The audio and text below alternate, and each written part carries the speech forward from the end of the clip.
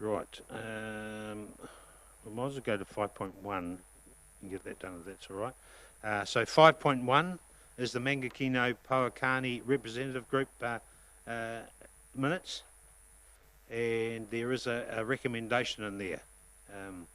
So Travis and Gareth will talk to this recommendation that the representative group is putting forward here today. Travis, good afternoon, and good afternoon, Gareth. If you could like to put your speakers on, it'd be great. As I understand it, the item is coming through as a recommendation from Mangakino Representatives Group, and I'm taking the item as read and here to answer any questions about it. Sure. Perhaps Councillor Truman, the representative from Turangi, might like to talk to this. Turangi. Sorry. Mangakino. Sorry about that. Oh, it's getting late in the year. Yeah, so councillors are well aware of this item. So originally we had 200,000 in the budget, and we could have gone for a temporary option, as Turangi had, but we've decided to use that money for the full and final option and having a permanent one. We've done all the groundwork, we know where it's going to go, they've done all the planning for it locally, got everyone on board with all the different user groups, and basically when staff have gone out to get quotes, it's looking like around the $800,000 mark for estimates. So in order for us to go and seek funding, we'd like to have half coming from council, which will hopefully enable the other half to come from outside funders. So that's what this resolution is to say, can we please have additional funding in order for this project to work. And it's been 2 years since the club room's burnt down, and we've been working through this for the last 18 months. So yeah, we'd just like your support to see this through.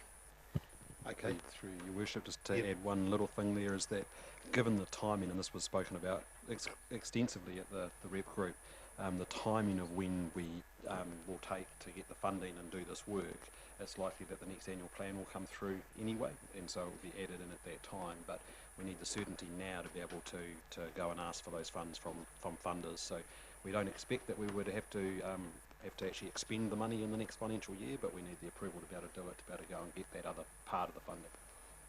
Sure. Councillor Body. Mr. Chairman, could I just ask the question? On the long-term plan, we have Mangakino Lakefront and Public Convenience Development. That's out in the year 21-22. And we have Mangakino Open Space Upgrades 18-19. Is that all part of this playground, sports field facilities? Totally different. It's changing rooms. The sports ground changing rooms on our sports fields, that is public toilets facilities down at the lakefront. So we did discuss that finance, but those have been desperately needed for years, and we're just waiting on land issues to be sorted before we can go ahead with that. So through you, Mr. Chairman, can I ask that what Mr. Green has said, it's not going to be unbudgeted money, it'll be in the next annual plan, but we need to have it signalled now, is that correct? So it's still classed as unbudgeted money because you're allowing for it now, but we simply won't expend it until we need to, and the chances of that happening before the next annual plan are very limited. But this allows us to go and get that funding because we've got a commitment that we have our half sitting there. Okay, thank you. Yeah, cool. So Councillor Jollins? just through the chair, just to clarify that point, because I'm still slightly confused. Is unbudgeted expenditure in the long-term plan full stop, or is it signalled in that subsequent year? No, so in the current annual plan is $200,000. This is asking for an additional $200,000.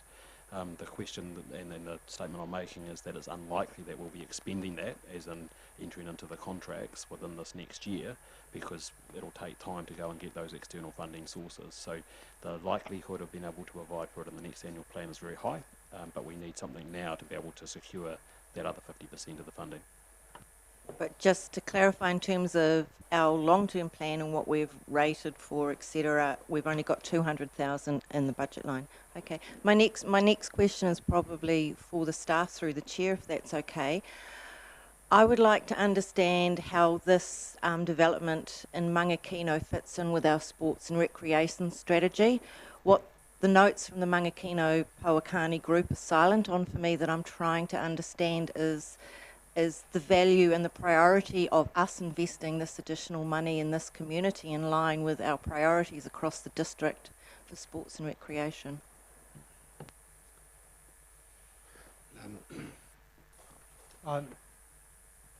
Someone will be speaking a little bit out of tune here.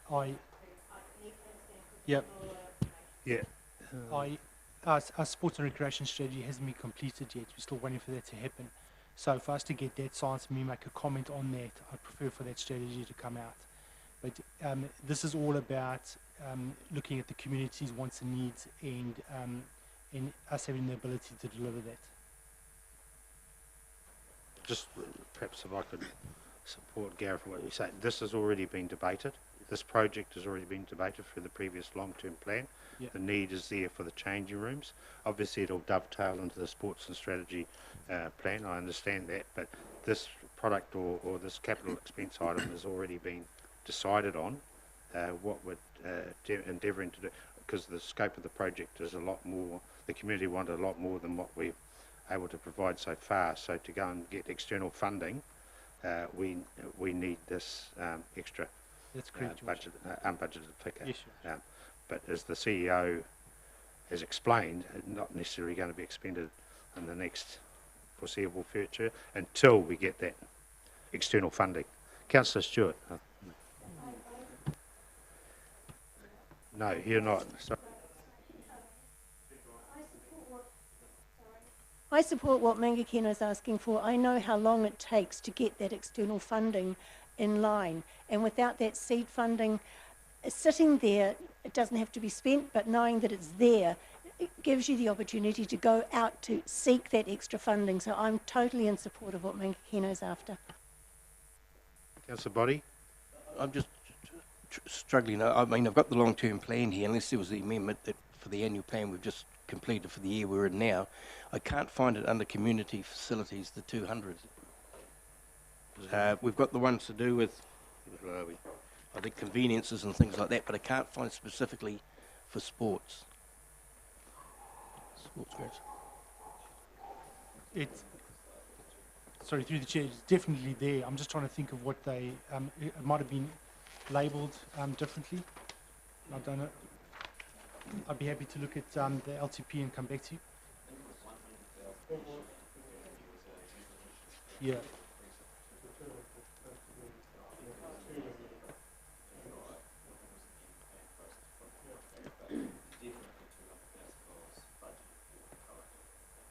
That's correct. Except, once again, sorry to hold things up, but under districts, sports ground district, Mangakino Lakefront and public convenience development is not until another year. I'm just trying now to find the 100. So Under through the sports chair, grounds. that's a different project. So, okay, so what budget would it be under? If It's definitely under communities. It has its own line item, and yeah, in the LCP, and the resolution.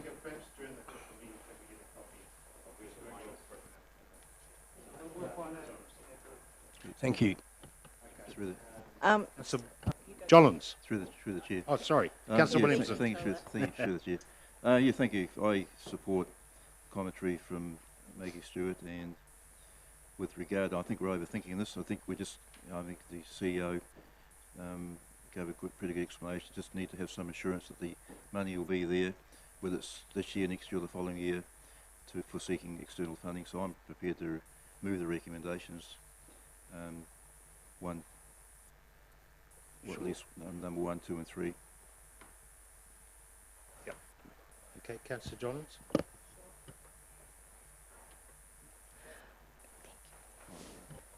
Turn yourself off. Look, I'm all in support of developing facilities for our communities. My concern here is this is the first time I've seen this. I'm asking to see whether there's been a feasibility study done, how this works in with our sports and recreation strategy. I appreciate that it is still in development and we can't always wait for these things, but I have a concern about the robustness of this and going out to external funders. They're going to want to see some form of feasibility or business case for this, and yet we're being asked here to approve a couple of $100,000 on that basis.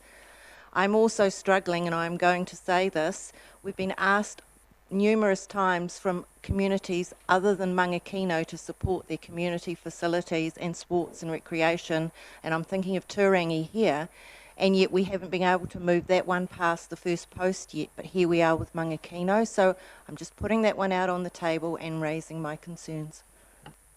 Yeah, Councillor Truman? Yeah, so just in regards to that, this has been on the books ever since Turangi's did, and it's from Turangi that we said, well, hang on a minute, Turangi's getting funding to put a temporary facilities there, our one burnt down and we've got nothing, and our kids are changing in the backs of cars, we've got players trying to change, you know, going home to change it, you know, and so Turangi got funding to put a temporary facilities there. We don't have any facilities. So when Turangi got that, that's when the money first went in for Mangakino to say, okay, well, what we're doing in Turangi will also support Mangakino. And then it came back that the funding was under budgeted, and so that's it went from 100k up to 200k. I think Turangi's temporary option came to 210,000.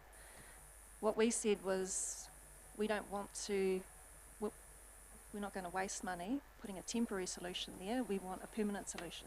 So we'll keep changing in the backs of cars until we've got something decent. And I know it sounds like a lot of money, but we're not actually asking for much. We're asking for 2 changing rooms and a small meeting room, which is about the size of our current council, where we have our council meetings, which is pretty tiny, you know. So we're not asking for anything big, even though it sounds like a lot of money. It's because everything has to be commercial grade, which has just bumped the price right up compared to what we first estimated. So when staff have gone out to get pricing, it's gone double than what we thought.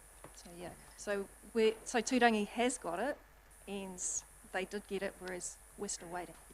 Yeah. Councillor Stewart? Yeah, with Turangi, we've also got seed funding from council to go to other funders to get funding to build a permanent facility down there. And so council's already given us the seed funding, and we are all, I know that people are already working on the external funding, and with that external funding, when you're applying for that, that's when you have your feasibility study and things. So they're being worked on right now, so that we will get the seed funding, using the seed funding that council's already given us. The work is being done on the feasibility study, and the external funders are looking at funding us. So without Mangakino having that opportunity, they will miss out for another year, 2 years. Waiting to the long-term plan is just putting them back another few years, whereas saying, yes, it's there, they won't need it until then because it takes such a long time to get these things done. But it gives them the start to do it. Cool. All right, okay. Sorry. Anna. Councillor Park. Yeah, I'm happy to second this recommendation from the Mangakino representative group. And I think, you know, we can't compare apples with pears, and I get a bit concerned that when you've had a project followed through the correct way, the representative group have worked with the community constructively, they've all come together and come to council to say this is what we want to do moving forward, is really positive. So I'm very happy to second the recommendation 1 to 3. Okay. Councillor Harvey. Yes, I'd like to actually totally agree. I find it also a bit concerning that we're comparing one set of circumstances to another.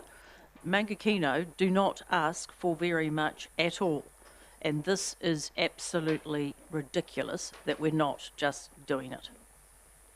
Okay, thank you, Councillor Harvey. Councillor Kingy. Thank you, Mr. Mayor. Look, I'm a member of the Mangakino representative group, along with Councillor Hickling and Councillor Truman, and there was a robust discussion around this particular project.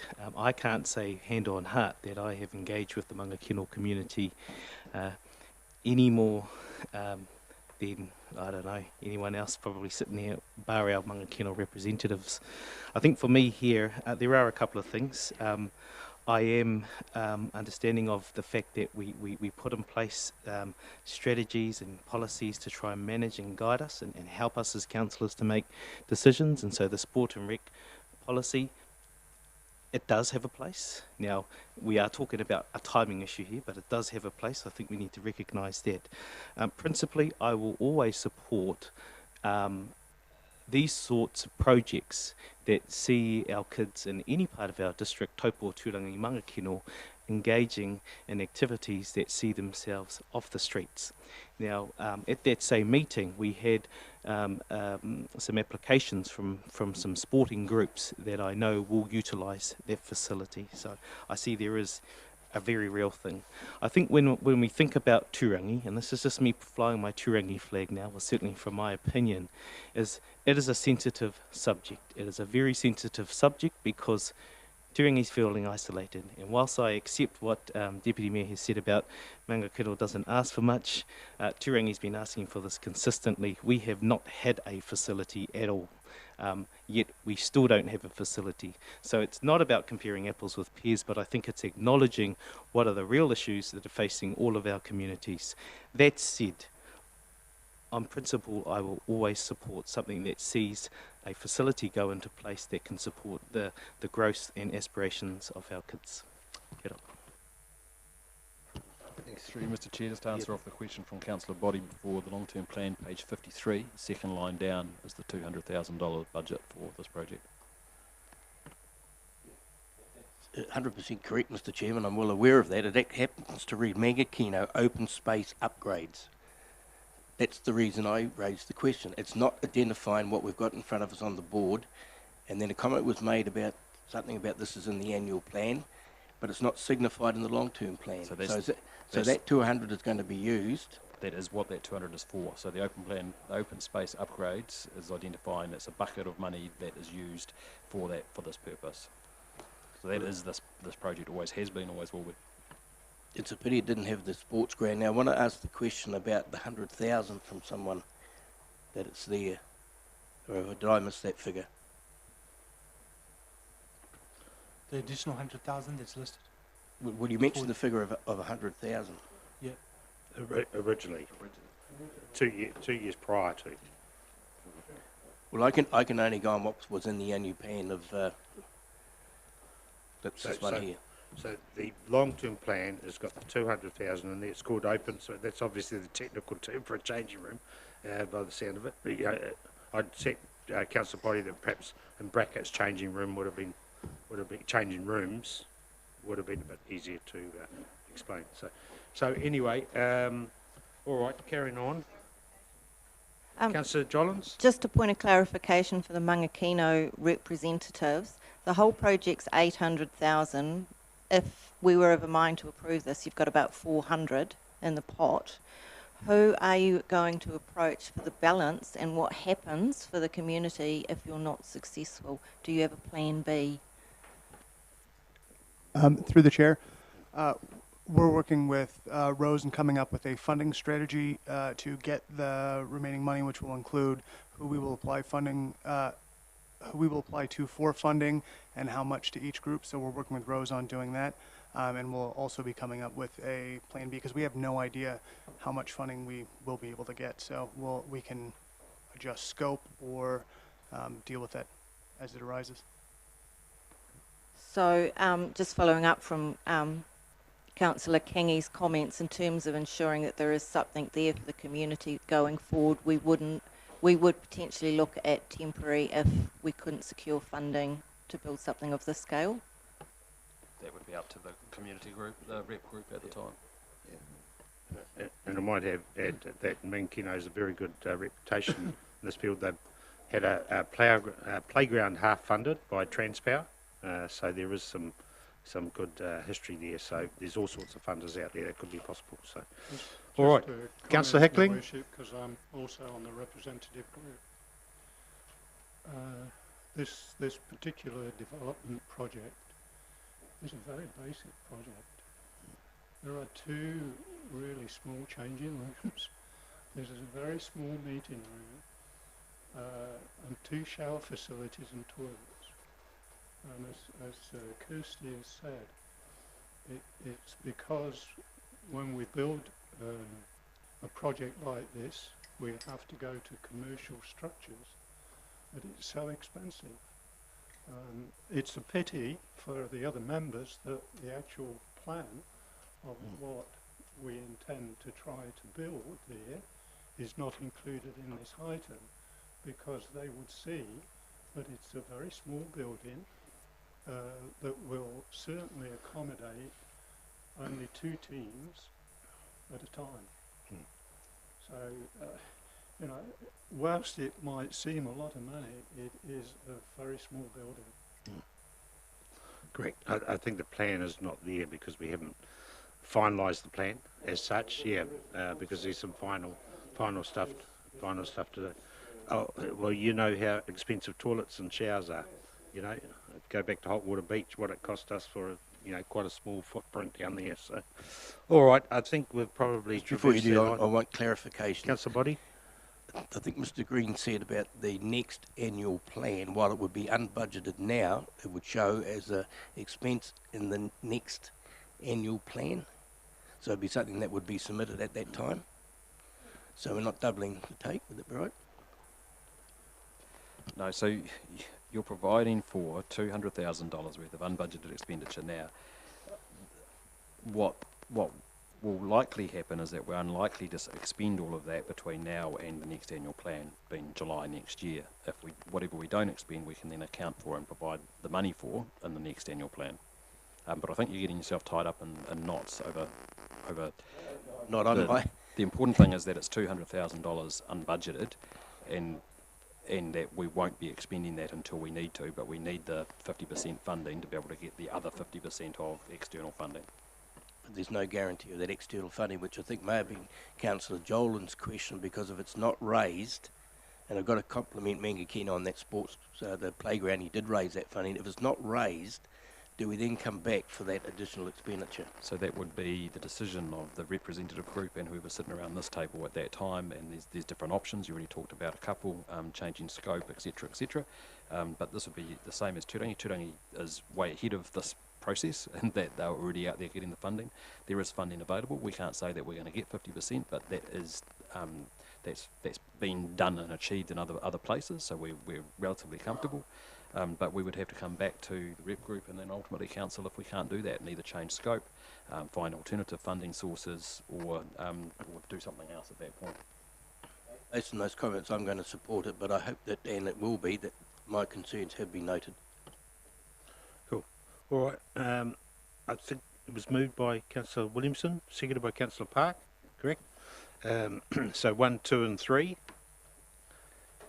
The recommendation is there on the board. All those in favour, please say aye. Those against, carried. Okay, so we'll go to the late agenda item, which is the update on the... is everyone here, Dennis? Yep, no, we're all here. Everyone here. So, Your Worship, I'll kick off on this one. In apologies for it being a late item, and thank you for allowing that to come through. Normally, as I said before, we would put this as part of the normal monthly CEO's report. However, this month we haven't got one of those simply because of where we're at in the calendar, being at the end of the financial year. So we never have one for this meeting. But I think there's 3 issues which I'd like to have the staff just brief you on. 2 of them are the emergency situations that occurred, so the Lake Terrace sewer spill. So we have the team here to talk through that and show you some of the footage.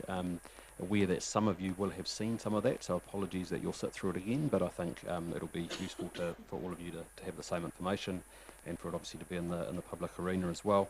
The second one is the Crown Road incident, which happened 3 days after actually 2 days after the Lake Terrace spill.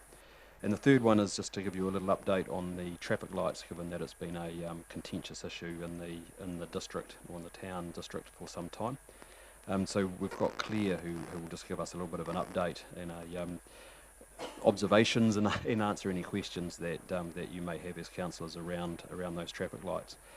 Before I hand it over to Claire, though, I did want to make a couple of observations, and I guess it's born through the traffic lights, but also through those other projects that I mentioned, and really it's around the, and I want to make this point, around the flack that that councillors, councils and council staff have received through these processes.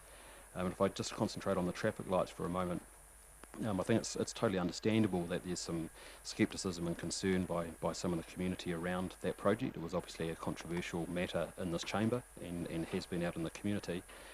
Fair enough about that, everybody's entitled to their own opinion. However, to me this has been an extraordinary example of the need for people out in the community to be kind, or at least consider the impact of on real people, of their comments and their decision making before they fly off the handle.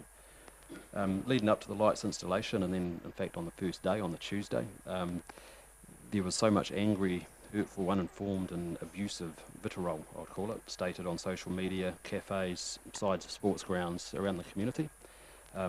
Much of it was really personal. It was personal against you as councillors, it was personal against us as staff.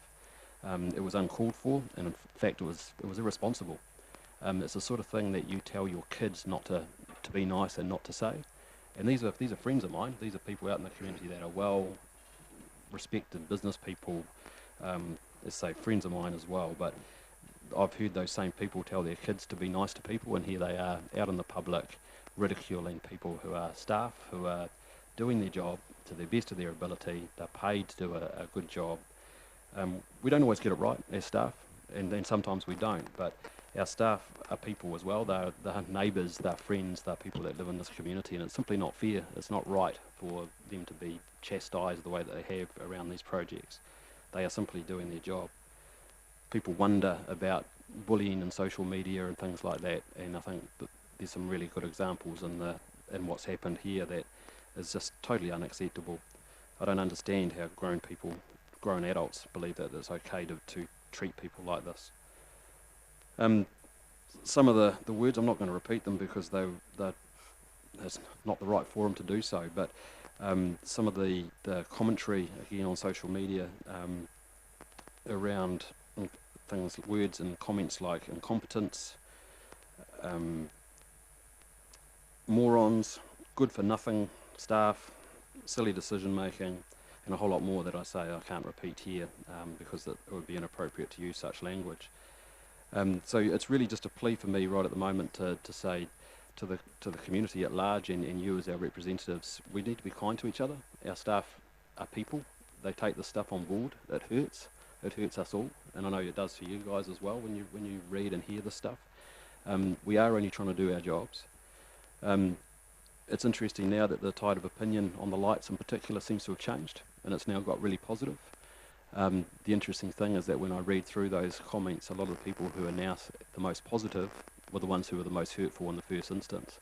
And I'd say to them, those people, again, most of them are my friends and people that I know very well, I'd say that's all well and good, but have a think about how people go about it. I'm not against people putting their opinion and their view forward, but play the ball and not the man is the only thing. Staff are only trying to do their job. I know some of you won't like that commentary, but I think it needs to be said. Our staff are trying to do the right thing, trying to do the right job, and there's no conspiracy. Councillor Rankin?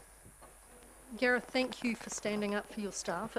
I don't mean it should have happened before, but it's the first time I've ever heard a chief executive in these circumstances do it, and you're absolutely right. I've worked with a lot of public servants and I've worked with a lot of councils, and I think we have a first-class staff, and I'm really glad you're standing up for them. That public vitriol is the cruelest thing, and it can do quite major things to people, and I've pointed out to everyone who complained to me that the decision was taken around this table. Those people are carrying out our will, and it really frustrates me, so thank you very, very much.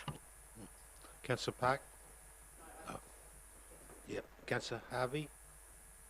I just totally agree. In fact, I was very disappointed to see personal comments on there about which councillors voted for these lights, and we'll make sure that they don't get re-voted. It's disgusting, and I just will not accept it. Okay, thanks for that, Gareth, and I... Before you continue, sorry. I appreciate what Mr Green has said, but while I was away, I also read some very good comments, particularly with the breakdown here, I believe during the night people were bringing food and coffees down. There was a group that called the guys putting the lights in that freezing cold the iceberg men or something. There was a hell of a lot of good complimentary remarks, just not all negative, and I think that needs to be noted. Absolutely note that, and we've had a whole lot of treats given and a whole lot of positives as well. What I'd say is that often one negative can outweigh the positives, and particularly when it gets really personal. And yeah, there has been some positive. I guess the plea that I have to, and it's to the people in the community, is often it's without the right information, and it's not that the information isn't there, but it'll often be that there's the information within the item, and people obviously haven't even bothered to go in and read it, and they sit there, and it's the same old story that they come out and put the misinformation out there, and that's life. I don't know how you can overcome that. That's reality, and it's fake news, but there are people on the other side of that. It's not, there aren't machines and monsters. There are real people who read that. Okay. Councillor Hickling? Just a comment.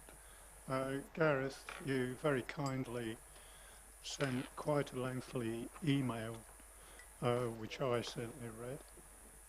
I think it was a pity it wasn't on the first page of the Taupo Times, so everybody could have read it.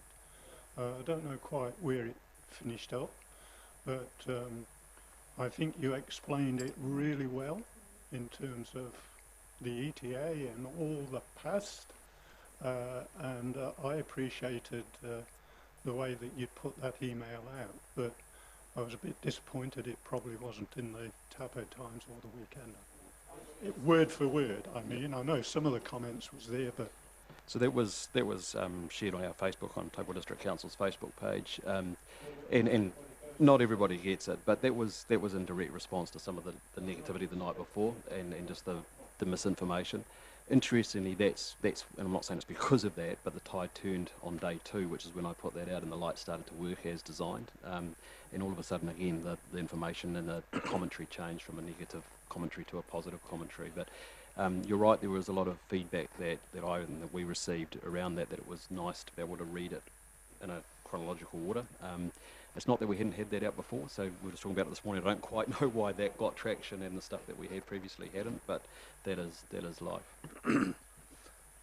Okay, thank you, councillors, and thank you, Mr. CEO, for that this afternoon.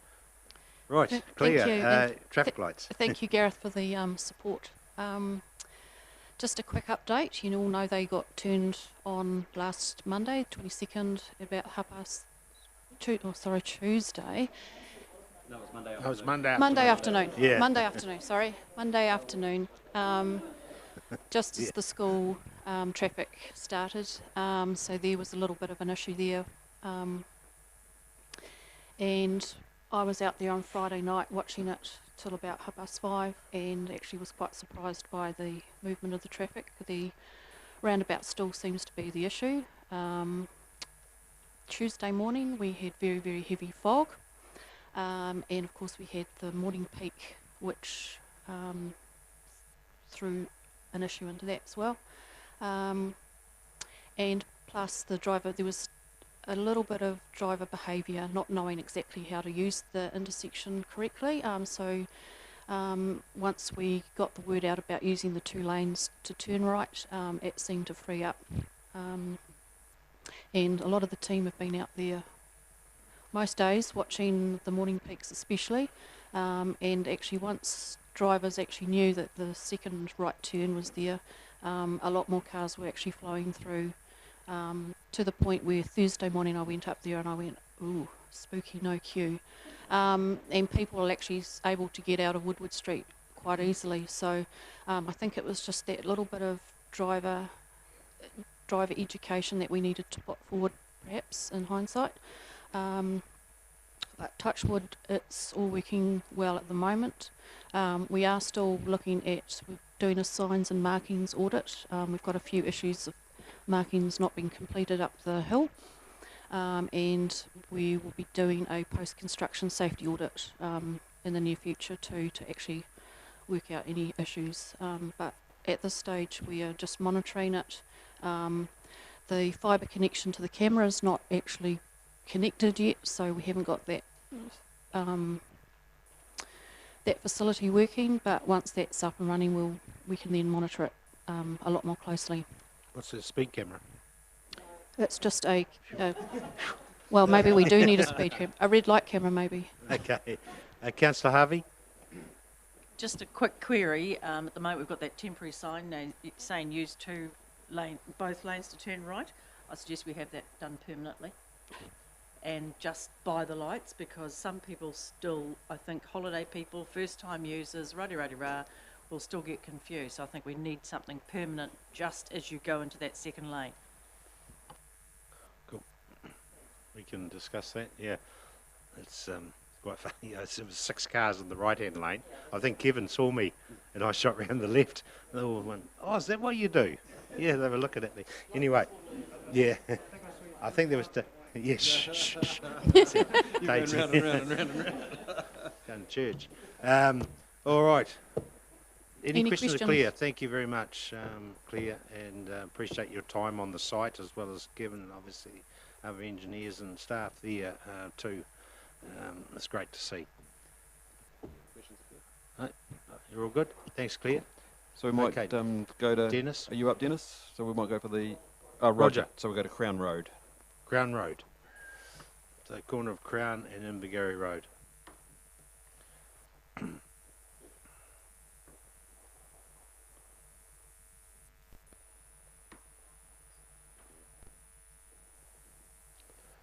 So we have Mr. Roger Stokes, Development Engineer. Good afternoon, Roger. Just if you turn your speaker on, you can, yeah. Little button at the front. Yeah, yeah.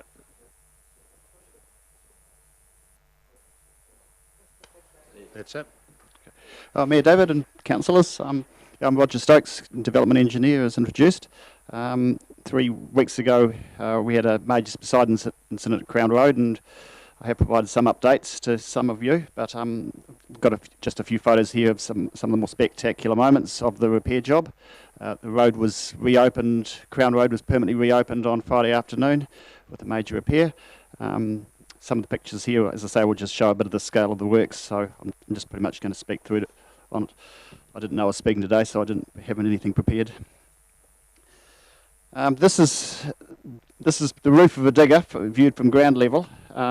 This is on the side of the Ashwood Park stormwater pond as it's digging out the large crack that it went through the side and emptied the pond out into the, pretty much across Crown Road and out into Crown Park. And that's the same position there, just showing how we compacted the crack, or the fissure, which was about, probably about pretty much as wide as what you see there at that depth. It was widened because of the water coming down. We didn't let anybody go into the trenches there, so it was dug out with a digger bucket, and then we compacted with it, which is a roller. You see the roller on the end there, like a sheep's foot roller, which pushes the ground down and compacts it. Now, this is Crown Road. We repaired 17 metres of carriageway here. We didn't it's been fractured and broken before, so the seal was in poor state of repair.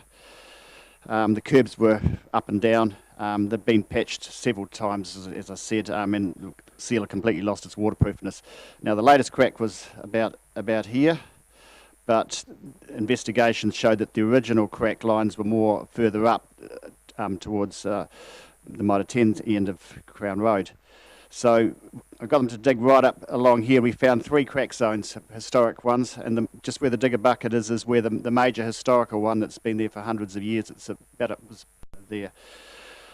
So in order to try and avoid having me back there again and all the rest of us too soon, rather than just put it back to pumice like we did with Invergary Road, we dug it out to 1 metre wide and put geotextile fabric, which is like netting down there, which is a very strong polyethylene mat.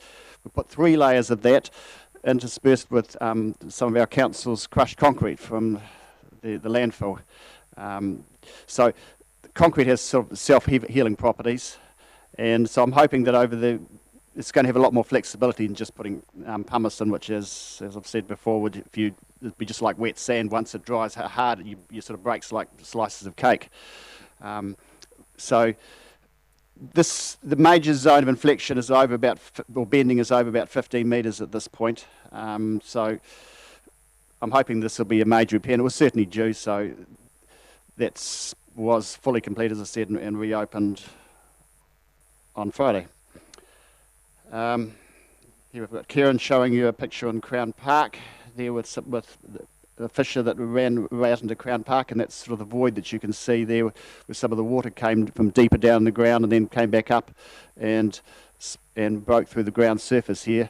So we end up with a whole lot of little undulations. Hopefully that goes back. No,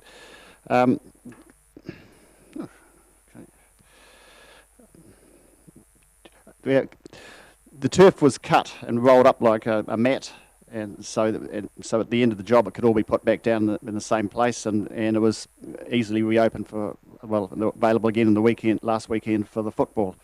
I assume they played there. I didn't go up and have a look, but so that was a great job done by Kieran and his team. This was the repair at Invergary Road. We were doing the membrane seal there, just an action shot of the Hebs crew that came down from Rotorua overnight. And this is a section of Crown Road where we placed a 50mm thick asphaltic concrete surface, which is appropriate surfacing for this time of year in the colder conditions. I think that might be all I've got for you in terms of the pictures, but today Infamax are just finishing off their works at the Ashwood Park pond, filling in the remains of the cracks there.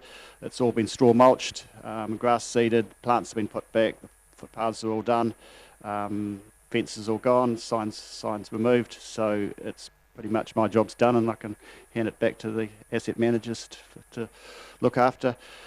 In terms of where to for here, I've got the bills to come in yet. I don't know what that's going to look like yet, but could be around 120,000 or something like that, based on some preliminary indications I've had so far. Contact Energy have agreed to pay for all of that, as far as I'm aware, in terms of the agreed scope of works. We're needing to do something about resilience in that area, because the ground is continuing to bend and continuing to sink, and has been for since the records we've been taking. In the centre of the subsidence zone, it's going down to about 100mm a year. That's over about a 200-metre radius, but most of the bending is occurring over about a 30-metre section. The house that's on the corner has been vacated, it's been condemned, and is planned for demolition in the next month or two by Contact Energy. Fortunately, the tenant managed to get all his property out, so that's been cleared. We're looking, I believe, at replacing some of the water mains and other pipes within the next year with some probably polyethylene or something that's more resilient, because as we say, the deflection will continue and they're already in a stressed state. The ground will continue to pull apart, and at some point we'll be back again to do other bits and pieces there. But hopefully at least the repairs that we've done on Crown Road won't go again for quite a while. In Ashwood Park Pond, we're looking at having to, at this stage, considering lining it where the areas where the fault line is, to avoid, if it opens up again, having water leaking out and then making the situation much worse. So, hey, thank you, Roger. I appreciate the update there. Any quick questions of Roger? Councillor Harvey? Thanks, Roger, for that very detailed explanation. Even though you weren't prepared, it was good. Yeah. And it was really good, easy, understandable language. With my other hat on, obviously you talked about properties around there and the continued subsidence. Do you think this has made any impact on that, or is that quietly just happening anyway? And is there anything more we can do about that for people to be reassured with property values and issues? The zone that we had cracking on was about over a 200-metre length. It started in the Ashwood Park Pond, went across the two roads and ended up in the upper Crown Road Park. That's been the area where it's had the greatest curvature. That you can see that on the mapping that they do, that has the greatest tension put into the ground.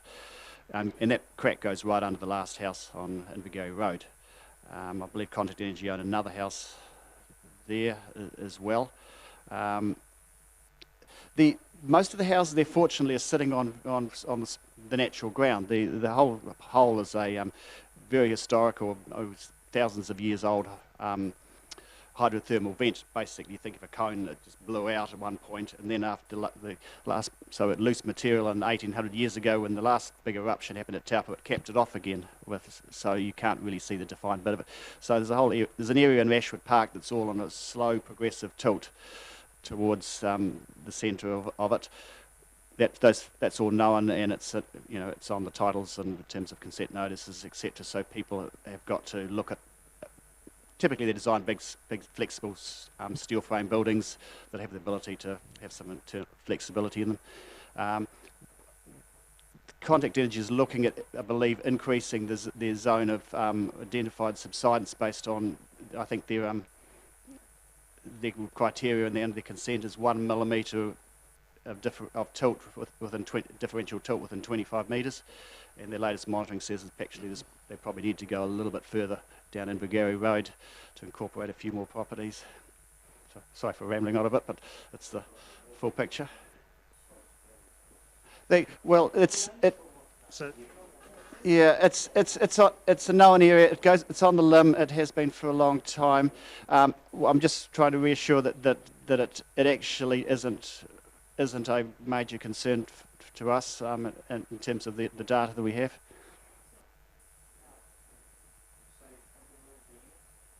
In the centre of it's near where the Contact Energy bores are, on the opposite side to Crown Park. That's the ground zero, if you like, in terms of the maximum subsidence. It has been figures of up to 150 millimetres a year, and some years zero, which it was about 10, 12 years ago. So it went through a period of stability, and then has resumed settling again. Monitoring's done constantly, and we get the data sent through to us. So sorry, through the chair, just to add to this, Roger mentioned before that the pipe work and other things we'd be looking at over time. That will be something that we'll bring through to you in the next LTP, to be looking at resilience in that type of area. We've done fit for purpose repairs right now. They are the most flexible joints that we can have over those immediate areas, but we've fixed up where those pipes were displaced, and only those short links. To get outside of the subsidence bowl, you're talking about 1 kilometre of water, 1 kilometre of wastewater, 1 kilometre of stormwater. So it's a much bigger decision to look at. And we may choose to, amongst our other priorities, to live with this. But it's certainly a discussion that we'll want to have as part of a resilience conversation moving forward. Just to quickly say, Mr. Chairman, there's some very good information. If you Google subsidence Taupo, there's some very good articles come up. It's well worth a read. Much, Roger, and for your ongoing work on that site. Right, we have Lake Terrace site. Mr. Dennis. Just take me a couple of minutes. Lewis. Yep, sure.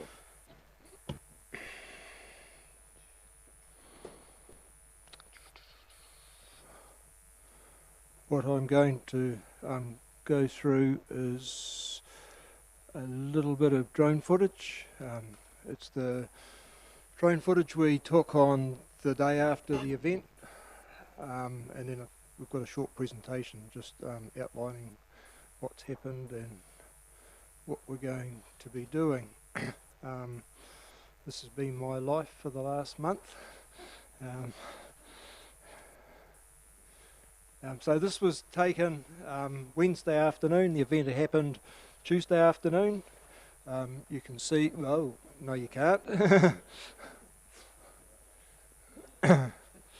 Whoops, head down.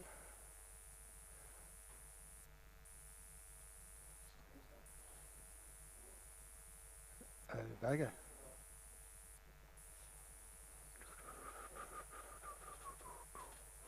I'm maybe not going to show you any drone footage. John, you remember? But I think it...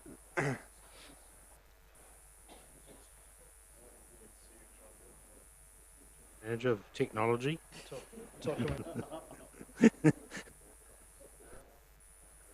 There we go. Look at him go.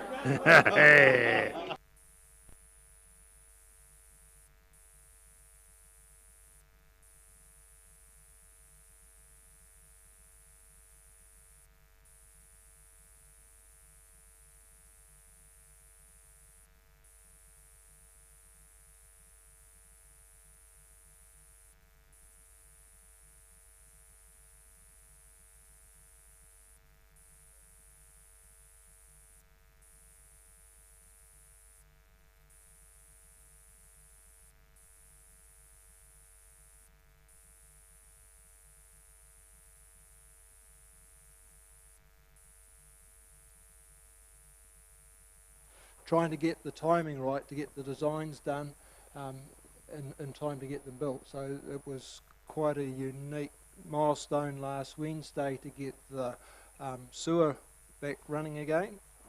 Yep. Don't go because I'll need to get it back for the... so this shows you the fan. This was taken on Wednesday afternoon. That fan that you can see out from the scour area is all pumice that's come out of the scour area. You see the yellow boom out on the lake that was put out by the harbour master, and the orange boom there was to protect it. As we zoom in there, you'll see the white pipes of the water main, and as we get closer in, you'll see the concrete wastewater pipes. The orange rectangular top right hand corner are the pumps. So when we first established on site, we were using pumping to pump it over from one manhole to downstream. Kevin, if you want to jump in any stage about, I've been looking after the rebuild, not what happened on the day, so I don't have as much detail on the events that occurred on the day. You can see the water main pipe sticking out there on the right. You can see where the footpath is collapsed down on top of the water main, and as we come around you'll see just to the left of the white water main, just underneath that yellow and black band about now, you'll be able to see the wastewater pipe sitting underneath the footpath.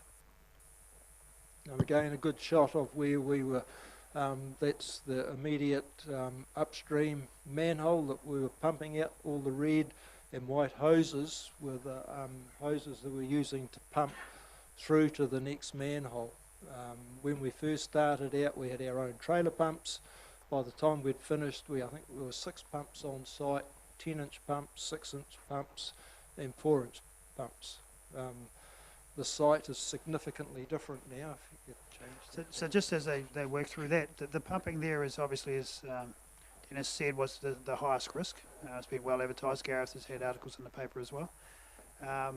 The work that the team did, those pumps were manned 24/7, solidly for all of the time that they were in place there. Anything went wrong, any revolutions changed, the people will be there fixing it straight away. And they did have some times when pumps stopped working, but they were there pretty smart to get through that work.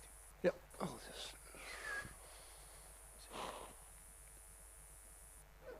You can skip that one, Dennis, if you want. Cool. This is just a very quick summary of events starting on the 2nd of July, about 13:26 to be exact, when council started receiving calls about the burst water main. I'm not going to go through the individual things. It would probably take a little bit too long. I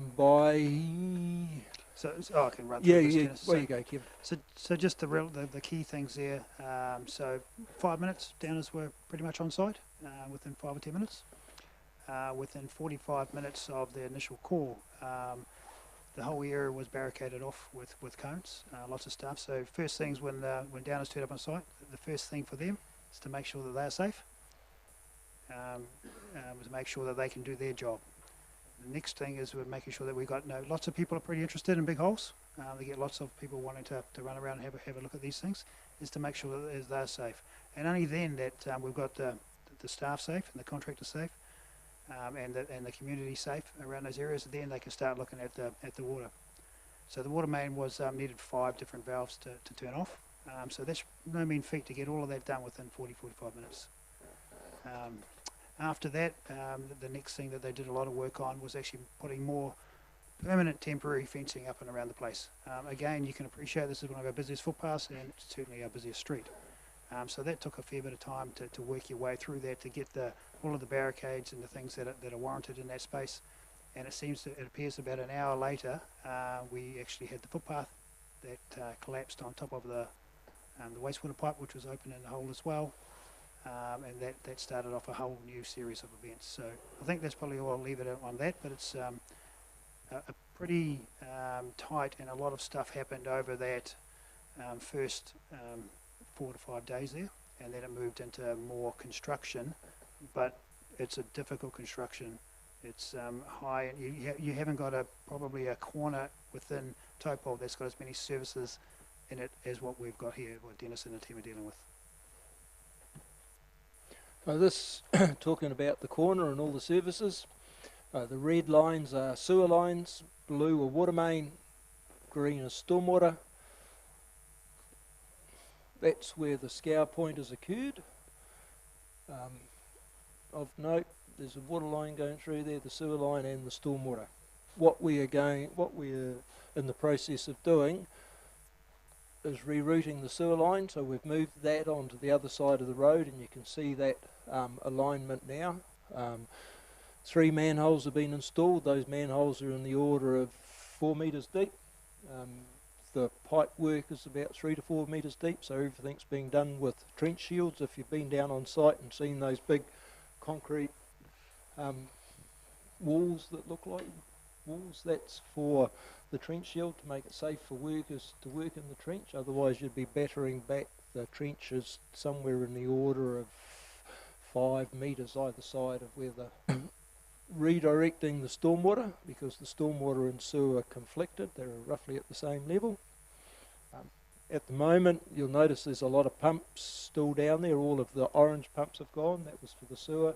The other pumps that are there are all for stormwater. At the moment, with the rain, that stormwater line, does it show?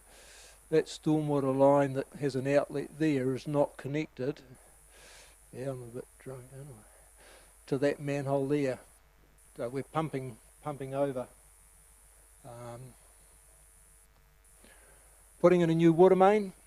Basically, this water main is going to run from Ruapehu Street down to probably the bottom end of the second car park on Ferry Road. And I'll just go back. And the other thing that we're doing is building a 7 or 8 metre high mechanically stabilised earth wall. Council's done that before down in Pukawa, where we built a couple of retaining walls down there. It's basically building it up with earth, wrapping layers of earth with fabric, and then just building it up like that. And then the facing will be covered in mesh and will be hydroseeded with grass. As I said, the sewer line was completed last Wednesday, so everything is now flowing by gravity. They're working on the stormwater as we speak, along with the water line. What we've also done with taking the opportunity with this stormwater line, because it takes a lot of the CBD area, we're going to put a downstream defender unit in that line. We did one last year last year was down in Turangi, the year before was the one at the bottom of Ruapehu Street. That's the Hydes one. Yes. Yep. So that's going to help to clean the stormwater that's coming out of that pipe. There's no better opportunity than right now when everything's closed off, and so that work will be happening. At this stage, we anticipate having the site completed sometime in September. It's still a little bit early, a lot weather dependent, especially for the construction of the retaining wall. Work on the retaining wall started at the end of last week. They've built a track from here down into, from there down into the bottom of the hole, and they've started cleaning the bottom of that hole out. So all of the material has been pulled out of that hole and taken up to the landfill. Do you want to go any further? Any questions? Time frame perspective, because it's one that people are asking, Dennis, in terms of having roads back open again? That's September sometime. I'm a little bit cagey at the moment with dates. We've only just signed off on the final design plans for everything in the last couple of days. His program, although I say I'm a little bit cagey with dates, the contractor has got a defined schedule of program that's got 101 different items on it, so we're tracking that, but once we've got these final designs signed off, then we can start firming up on the end date. So the only other thing I'd add through you, Mr. Chairman, is that obviously this is going to come at a substantial cost. We don't quite know what that is yet, and unfortunately, unlike Crown Road, we don't have someone else to be able to go to ask for that. That said, we are exploring other funding opportunities, obviously, as you'd expect. But it is going to be a substantial cost, which will have to be done in retrospect. So we're bringing something to you probably at the next council meeting, depending on timing also for this type of thing. So that's something that we'll put together in that paper for next month, hopefully, depending on timing. But yeah, obviously it is going to be a substantial cost to the organisation. Put it into context, we're talking multiple millions of dollars for this job. So through the chair, if I can just add one thing too, there's a cost to this, but there's also a delay in all the other stuff that we should have been doing at this very important construction time. The first one off the rank is Taupo Street CBD upgrade. There's no way we want to open up and have more congestion on Taupo Street at this time. So that's something we'll bring back through here to have a look at those. But we're also behind, Dennis's team are behind on compliance reports for Waikato Regional Council, compliance reports for drinking water assessments, which are all done at this very important time of the year, which we're going to have to work our way through. Good point. And then the last thing I'll just add is we are very aware that we are under some legal risk as well, and we will obviously manage that and work with that as we go through with the Regional Council at least. So we've been as open as what we can with you and with the public, but obviously we need to a response which reflects that. Obviously, just on the subject of the costs, obviously there's a big cost to those businesses there too, those retailers that are right on that that pinch point there too. So we have been visiting them regularly, but the road is the big issue for them. So obviously, September sort of doesn't excite them at all, but it is what it is. And I'm not too sure if there's any way we could speed up to a one-lane situation. So that's that will go as fast as what it can, and that's the messaging that we've been giving to them. We've been talking to them at least once a week, if not twice. At the moment, and if you go and have a look on site, you can quite clearly see the restricted nature of the work site where they're cutting back. It basically takes out all those lanes. So as soon as we possibly can, we will be progressively opening it. And to be fair, we've done that since the start. You remember the first couple of days, the roads were closed all the way up to the traffic lights, and then we progressively opened them up and put the little turnaround bay down by the shops. That was after consultation with the shops. We've done a number of other things which I won't talk about here, but a number of other things to try and make it as low impact on those retailers as what we can. Probably the hole-in-one golf was probably the most affected business, I would say, and that they still can't operate, and that they can't recover the balls from the lake. They're constantly assessing that and assessing when they are feeling comfortable to restart. But yeah, there's some significant costs being incurred by other parties. Councillor Hickling.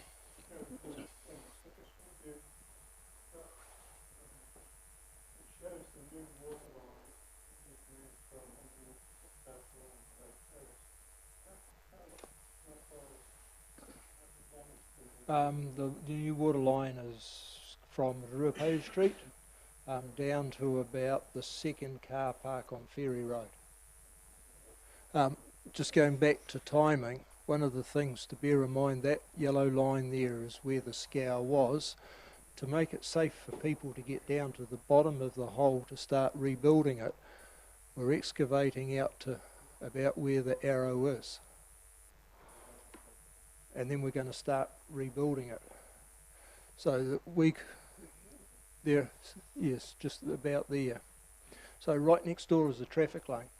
Now this might appear that it can be used, but if you're down in the bottom of this hole and you've got vehicles running alongside causing vibrations, that creates a hazard for those people in there. So one of the limiting factors is we need to build this up to a certain level before we can even consider that. And that's not something that people would ordinarily look at. They'll say, oh yeah, look, there's nothing happening out on the road, not a problem. But that's something that we just need to be mindful of. I think probably just Councillor Hickling's question, this was sort of an unusual place that back further. So down at Colonel Roberts Reserve, it was away from the lake, and then it sits just by the train station there. But in that very location, it came down onto there. So by us moving it back, it actually brings it back in line essentially with the rest of the sewer line. Councillor Harvey? Just so that I can understand, this is amazing what you've been doing, obviously. So all of the services, there's no services that are going to be running along beside the lake, or have I got that wrong? In this location, there are no services Running. other than power, telecom, Right. those type of No services pipes, in they're this all area. moving Yeah. into The only but is you do have a stormwater line, that green line that runs down, and Yeah. that will run through the retaining wall. Right. Actually, that's probably a good point as well, Dennis, just briefly, the downstream defender. I did mention that briefly. We're taking the opportunity to put in a downstream defender, which is just added to the complexity of the job, because the ideal location for the downstream defender is at this manhole location here. What we're doing is building up the retaining wall, and then when we get to a certain level, we'll start building for the downstream defender and build the retaining wall around it, which is quite a challenging process. But once that's done, that will enable this bigger catchment, wider catchment up here, to run through the downstream defender, which is going to significantly improve the water quality discharge from that stormwater pipe. So that's if there's any silver lining to a catastrophe, that's one, and that Brent Aiken tells me that that's the one that he's always wanted to get, but has been unable to because it would have required a road closure. So it was one that he always wanted to do, but knew that he was never going to be able to. Well, he's got the opportunity now to put one in.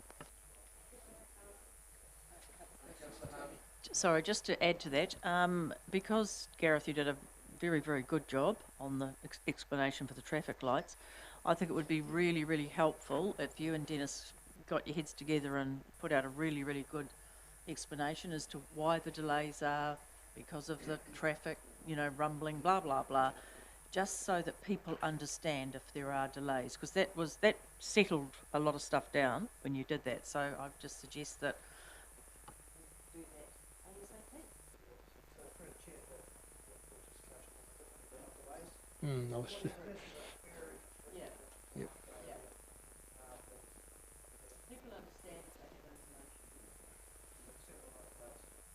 Councillor Williamson. Through the chair, thank you. Thank you very much, Mr. Chairman. Obviously, just putting this separate conversation, but it's all related clearly with my environmental portfolio. We had a presentation yesterday. Tong and Kirsty and I were with other staff with the Tiara River iwi truck, obviously impacted downstream culturally and also environmentally. So that was respectfully received by Tarrant and some good information supplied by Shane, environmental health, and the Ministry of Health. So there was a great degree of reassurance, but obviously, being an unfortunate situation, it is what it is. And but working forward, I think the outcome will be probably respectful going forward, just understanding. Absolutely, thank you, Councillor. Dead right, and as the Deputy Mayor's just said, communication and all that sort of thing is, you can't over-communicate on these things, can you? So, thank you very much, Dennis. Really appreciate that. Just through the chair, I had a couple of quick Councillor questions. Jollins. Sorry. Are you able to give us an indication when the Waikato Regional Council are likely to issue their findings on this matter? No, that's in their court at the moment. We're doing our own reporting on the event, which we're providing through to them. But that is in their hands. They have got some legal timeframes that they have that they have if they wish to issue different proceedings. But it wouldn't be right for me to speculate on where they're at. So they've been working with us as you've come up with the solutions moving forward for this issue? Yes, they're well aware of what we're doing in terms of solutions. And just quickly, my last question probably is to you, Gareth, and is on the back of Councillor Williamson's comments. What is our approach and strategy moving forward with other key stakeholders in terms of impacts on the wider environment, what's our approach going to be? So the monitoring that we've done, which has been extensive, both us and regional councils, show that the effects from this specific flow is quite quickly dissipated, and that's due to the volumes that we're talking about in the lake and the river. So the monitoring shows that, for example, down the river, within a very quick time you get back to what could be considered to be background levels. There's a whole lot more science going on at the moment, both from ourselves and the regional council, to identify out exactly what that means and what that means around the site here. We're working closely with the region and with Ratou and the other river iwi around that, and yeah, there'll be a whole school of work around that in time to come. Absolutely. Great, thank you very much, Dennis. I appreciate your time and effort. As you say, you've been living and breathing this since the day it happened, so truly appreciate to you and your team, and Kevin and your team as well. Thank you so much. All right, just information be received. If I could have a move of thanks. Moved by Councillor John, seconded by Councillor Boddy. Those in favour, please say aye. Those against, carried. Okay, back to the business. 5.2. Yeah, no problems at all. And thank you everyone for your indulgence. We'll try and move through as swiftly as possible from now on. 5.2, which is the Kaunihera district private plan change. We have Mrs. Hilary Samuel. Good afternoon, Hilary.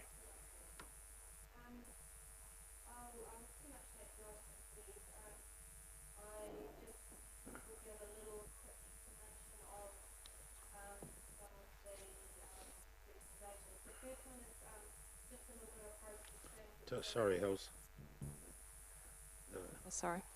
Yep, thank you. The first recommendation is just a little bit of a process recommendation because of the timing that the private plan change was, or the latest information that we'd received as part of the application. We have 30 days to consider and make this decision. Just because of the timing of council, we're a little bit over that at 37 days, so we just need to tidy that up with that first recommendation.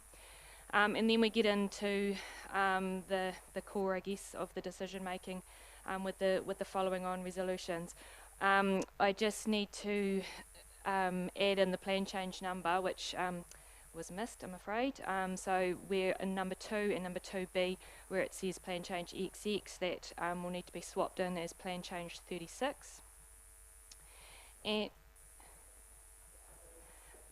in 2 in the brackets, and then under 2B, it just has, we just needed to pop the number in. Yep. And so just in a nutshell, really, this is our first private plan change that we've received. Our planning reporting planner has recommended that the plan change be accepted. So basically that means council takes the process on board, but the costs are borne by the applicant, and we run it through the first schedule process, pretty similar to a normal plan change, but as I said, the costs are borne by the applicant. It's sort of slightly different process, but the joint management agreement with Te Wharetoa Māori Trust Board comes into play with this as well. So we will be giving the option that, or going through the process of that there be a joint hearing process as per the JMA. So that's sort of the core of it. I'm happy to take any questions. Councillor Jollins. Just a point to clarify, our position on this is we're neutral, correct? At this point, we're not doing any assessment on the application. It's about that acceptance, adoption or rejection, yeah. Councillor Stewart. Yeah, I would like to suggest, support this resolution. I've been on this with Whairoa just about since its conception, 16, maybe longer. Gee, I don't know the real thing. And I was out at Whairoa again at their AGM at the village that's there now, and one of the trusts came and spoke at that. And I would just like to let you know that everyone in Whairoa at that meeting, and I haven't heard any dissenters ever from Whairoa, are fully supportive of this this process. So I'd like to move that we accept this recommendation. Thank you very much, Councillor Stewart. Anyone like to talk in favour of something? Yeah, Councillor Kingy. Oh, thank you, Mr. Wee. Look, just supporting what Councillor Stewart has just said. I know this is a part of a process, but I think the community of Whareroa, and indeed that rural community for that Southern Lake area, certainly are supportive of this. I think this very much fits in line with where we're wanting to go as a council. Talk about wanting to be a prosperous, livable district. We've got to have houses for people to live in. We don't have a lot that are vacant at the moment, so I think this fits into line with that. So just supporting Maggie. Cool. Thank you, Councillor. Councillor Kingy. All right. There's a recommendation up there. Rayleen's made it's got the necessary. It's not live, but you've got it in there. Okay, cool. All right, it's been moved and seconded. Good by Councillor Stewart, Councillor Kingy. All those in favour, please say aye. Those against, carried. Thank you very much, Hilary. 5.3, Taupo Hospital and Health Society Heart Monitor. We have Mr. Dylan Tahoe. Thank you, Mr. Dylan. And we've got Mark O'Callaghan. Nice to see Mark here. Good afternoon, Mark. Apologies for the chair. Okay, mate. You want to just sit down and relax and put the red button on, or Dylan, did you want to say a few words to start with? Okay, Your Worship, Councillors. This is a follow-on from the workshop that was a presentation at a public forum that was made previously by Mr. O'Callaghan and the team. They are working through, since that presentation, they've worked distribution as what's noted in the paper. That's all we have. Thank you very much. All right. You want to add some words to that, Mark? Perhaps give us an update of where you are at exactly. Thank you, Mr. Chairman. Mayor, originally we thought the venue was Mokai and we wouldn't be able to be present, so I've tried to answer all the questions that may be asked in my report. But if the report is, everybody has access to that report, perhaps I could save a bit of time by just taking questions. Sure. Thank you, Mark. The report suggests expenditure possibly up to 50k. How much do you actually need to get this project across the line now? At the moment, we've got a shortfall of 75k. As of today, that's the current figure still? Yeah. Okay. Thank you. All right, councillors. Your Worship. Councillor Hickling. Mark, if we were able to support this application, when do you, I mean, obviously we can't support it by 70, although we'd love to. When would you anticipate by ordering or implementation of this monitoring machine? Up to now, we've looked at a close-off date of October the 31st. But if we get council support and one or two others, which we are sure of, we could close it all off by the end of August. This year? This year, yes. There he's counting down. That's what yes, we don't want to be taking it on too long because the community will be over it, and some of our ladies, they're not used to fundraising, and it's been a bit stressful for them. So you're saying that if we can support you, there is other funders that are also willing to fund as well?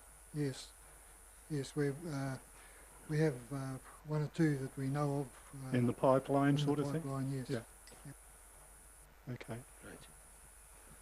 Okay. Councillor Could I ask another question? Yes. Yep. Sorry.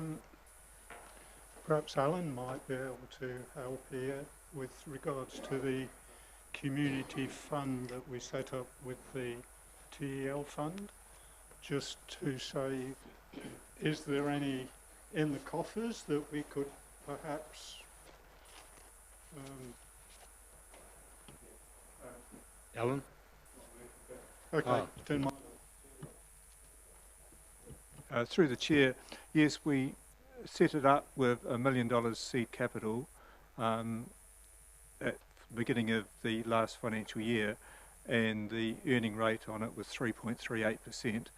So there's $1,030,800 in it at this particular point of time.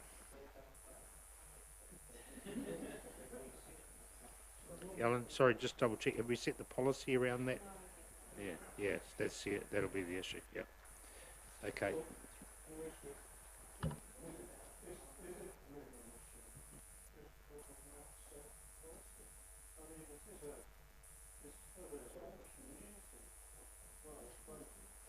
Okay, it's for the whole community, for the district. It's not, and you know, it's for the well-being of the whole community. So it fits in with our vision, and I would hope that we could at least support it by some of that fund, preferably the 30,000. Totally understand that. And just bearing in mind that policy still to be set. Councillor Rankin. Well, as the Lakes Health Board representative, I should make comment about this. Of course, I am in total support of this machine. It is going to save a lot of lives. I mean, the reality is you get taken through to Rotorua, you might die before you get there, or you can be taken on to Waikato. We need it. We've got our room set aside at the hospital for it. It's all set up. We're just waiting for the machine. And there is absolutely no way that the health board can buy this. It would be on the end of a long line of things, and everyone knows that health boards are in huge trouble, although ours is performing very well at the moment, but we still do not. I mean, we're well and truly overspent. The least in the country of an overspend, but still well and truly overspent. And it is absolutely vital to the health of the people in this area. It will make a huge difference. Harvey. Yes, I would definitely like to support this also. I know how hard they've worked as a group, and various organisations have contributed, including my own. And there's been a lot of fundraising, a lot of effort go into this, and I think everyone's really worked really hard. I'd like to think we absolutely can support this, please. Councillor Williamson. Through the chair, you think you I certainly endorse the comments both of Christine and Rosie, and I think, you know, part of the vision even fits in with Barry with their part of our vision with resilience. And just thank you, Mark, anyway, for your presentation. With the I do understand with the lifespan of the heart monitor is about 7 years, but my understanding is the Lake District Health Board will totally fund one when that one is past its use by date. Yes. Councillor Jollins. Just a question through the chair, thank you, and it's probably more for Mr. Menhenant. Historically, how often has the council made donations outside of the normal cycle of giving grants? Previously, we have not had a fund that positions us to be able to do that. Previously, the only grants we've done have been through the normal annual plan process. If we were to class this as a donation, does that attract some tax clawback for us? We don't expose ourselves to tax as a council at all. All right. Okay. Your Worship, can I just have it clarified, perhaps from Alan again? If we use the proceeds of the investment from the TEL fund, that wouldn't be unbudgeted, would it? No. Thank you. Councillor Kingy. Thank you, Your Worship. Yeah, look, I'm just in support of this recommendation. I'm always around these sorts of matters, I guess, thinking that it would be it'd be awesome for central government to dig into their pockets and spend their money in there, because we all pay our taxes. But hey, look, it is what it is, and we've got a passionate community and many passionate folk that have helped to support this. I think in terms of the piece of equipment. Hopefully I'll never need it. But, I mean, as a community, we obviously rally to support the retention of our rescue chopper. This is very much consistent with supporting continued service improvement at our hospital. I know we'll give the good folks of all our district a better chance at survival, actually. So totally in support. Thank you, Councillor King. Can I just ask the CEO, what, as the CEO, would you prefer it as an unbudgeted item, or would you prefer it out of that fund? Well, obviously, we've heard from Alan. Look, I think it's completely over to you.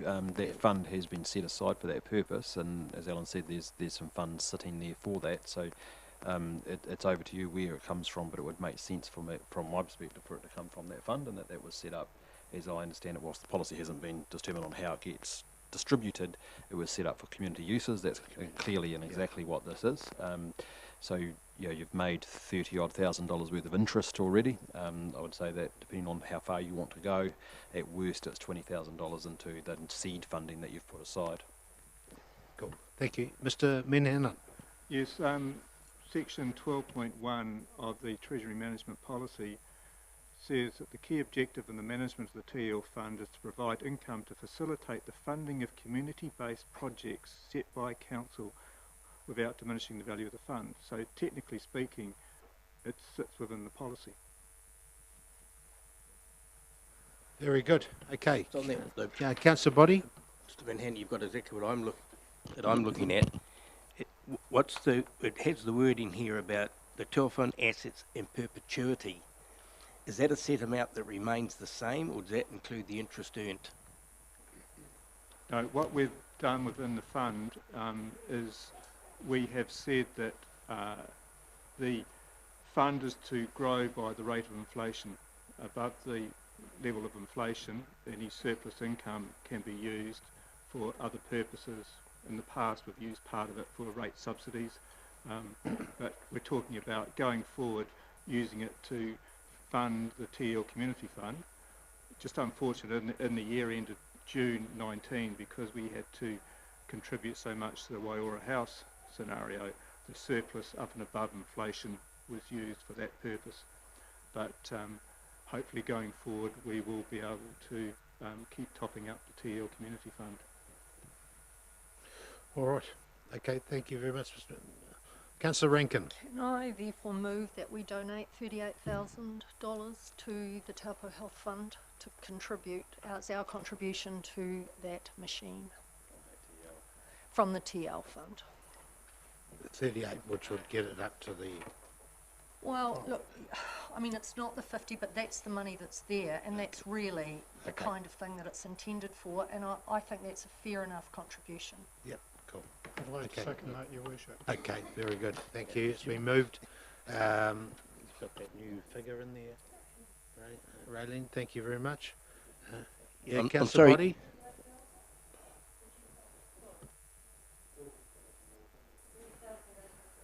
Oh, we can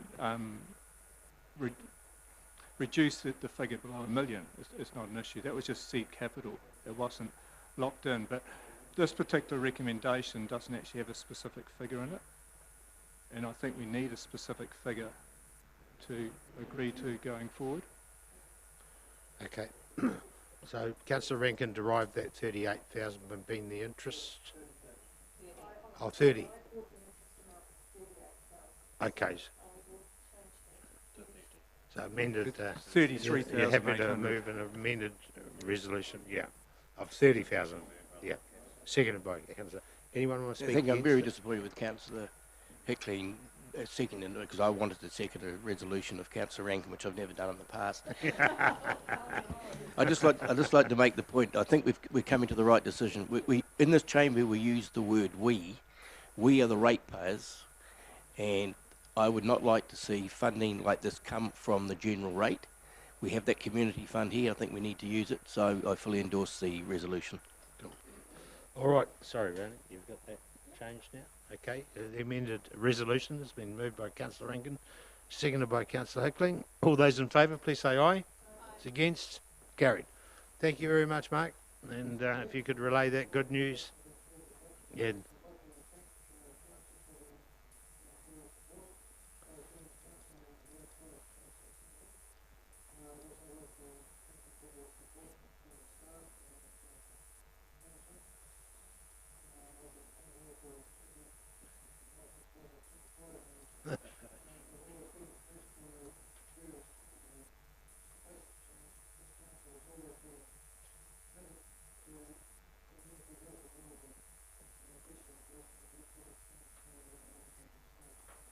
Very good. Thank you, Mark. Appreciate those kind words. I hope you're coming for another 20 years too, at least. Now that we've brought you a new machine, you can't go wrong. All right. Thank you very much.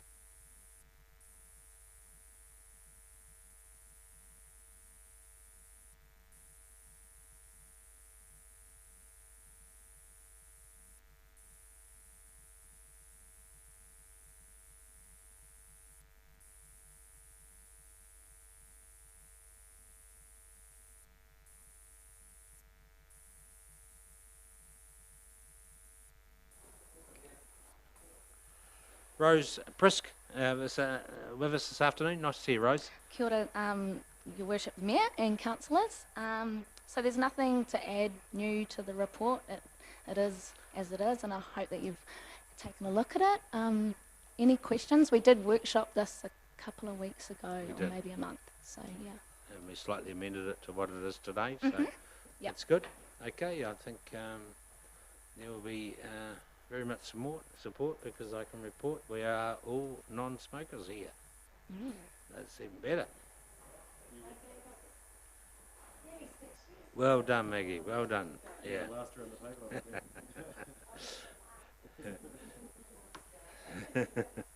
Okay. I have a couple of questions. Couple of questions for Councillor Body. Thanks for the presentation. Just a couple of quick ones. On the adoption of one, it says support those wanting to quit, and I've got the word how. How as a council do we actively get involved with someone that wants to quit, which may be a national health issue? Yeah, so as Toi Te Ora mentioned in the workshop, that having less smoking around, less visibility, less smell, less triggers, it actually supports people that are quitting to not want to pick up another cigarette. So to follow on for that, where does this fit in with the people that have quit but are still do the vaping? yeah, so this includes vaping as well. So when it says smoke free, it's also vape free. So if this is adopted, someone can't vape walking along the waterfront.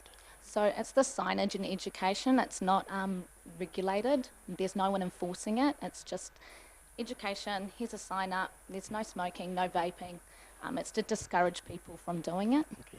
We did this, through the chair, we did this at our playgrounds a while ago as a result of an annual plan discussion or LTP discussion, and the feedback's been amazing that despite the fact, again, we can't enforce it, people see the signs and they do respect it.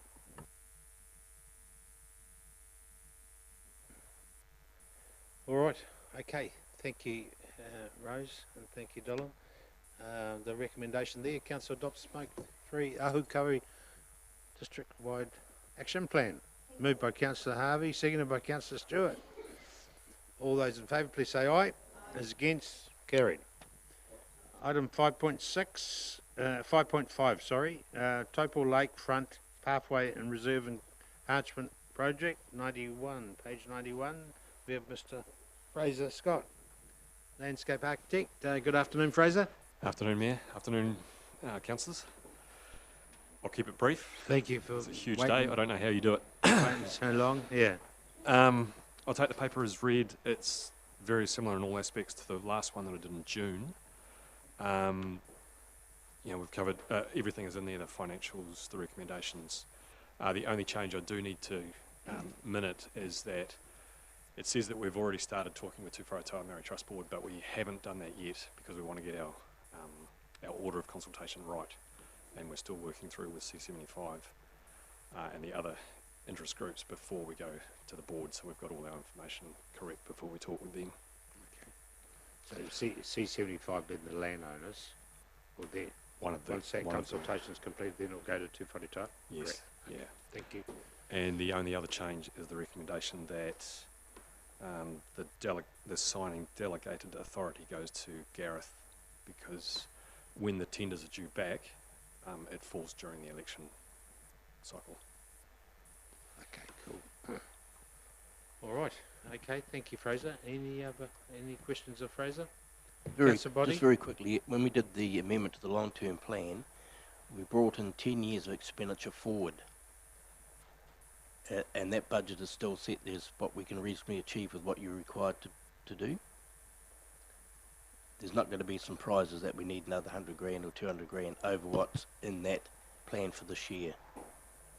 The annual plan's out, and I think it's $1 million, but I might be wrong on that. That makes up the total. I think yes is the right answer to that, but Neil. Yep. Well, I'm not fine up here. Yeah, and he's on a higher pay rate.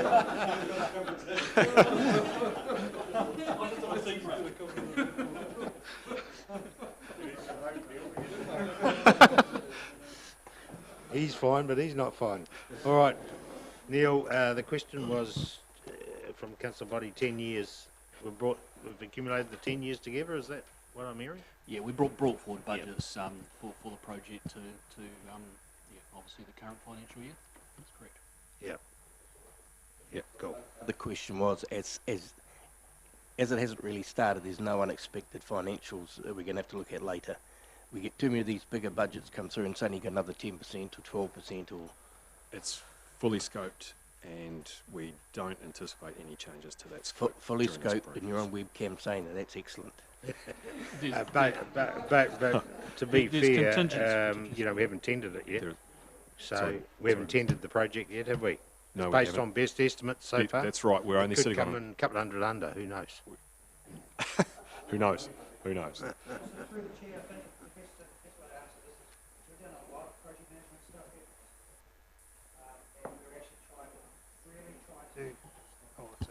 Trying to really make sure we've got the scope really nailed down. We're also working our way through the key risks, and those are where the big costs come in. We can't say that we know it's going to be absolutely perfect. We'll do our best to get within that, but we certainly know the risks and we'll mitigate them, and we'll know about things a lot earlier than what we would have in previous times. Fraser, just back to the pinch points on the area that you've alluded to previous workshops and agenda items. You're pretty confident now that we've got those pinch points sussed? Yes. Yeah, cool. Lovely. Thank you. Councillor Hickling?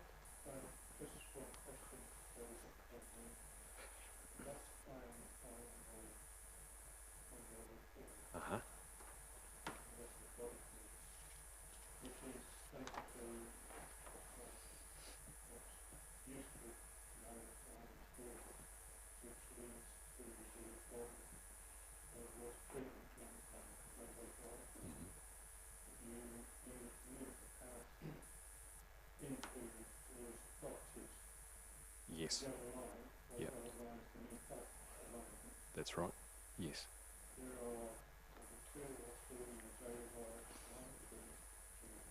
Yes. We are. We're going to stay. Yep. Yep.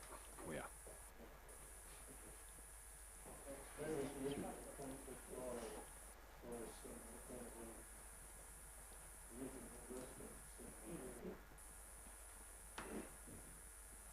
What were their names? Thank you. Thank you, Barry. Yeah, by Mr. Haynes, was it? Yeah, Les Haynes. Yeah, cool. Yeah, they're in safe hands. Right.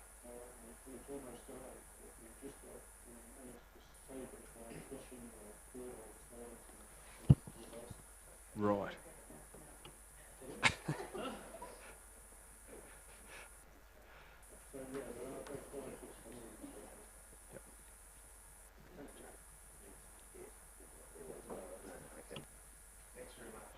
Fraser, beautiful. Yes, Councillor Williamson. He's arrived. Thank you. First slip's arrived. I think this question might have answered my question regarding pinch points with the, obviously, as trustees on the C75 with Mayor David, we obviously had a conversation, so you're pretty confident that the dialogues was very positive going down the track, so obviously with tight time frames, etc. Yeah. Yes, we are. Yeah. We are. We're going to continue that, obviously. To get excellent. Thank you. Jollins? Oh, sorry, just a couple of quick questions from me. What's the timings for getting the tenders back? Tenders come back in at the end of October, I believe. Okay. Sorry, off the top of my head. I know, I guess the reason I ask is point 2 of the recommendation is to delegate authority to our CEO to keep proceeding. The question I just raised is this is a significant project for this council and for this community. Surely the team will want the new council that's in place alongside with that process rather than circumventing that by delegating that authority now? I'm just asking the question. I'm wondering what's the sense of real urgency if the tenders are only back? We're really squashed for time to get it completed for the 70.3 event, and that we've got very limited contingency for any, as Kevin said, any risks that come up that we don't know about. We just wouldn't make that timeline. What will happen, Gareth, if you've allowed approximately, I think it's 2.6 mil for this, if it comes in at 3.5, or there are some major other pinch points that come out of this tender process? Will you intend to come back to council? So, yep.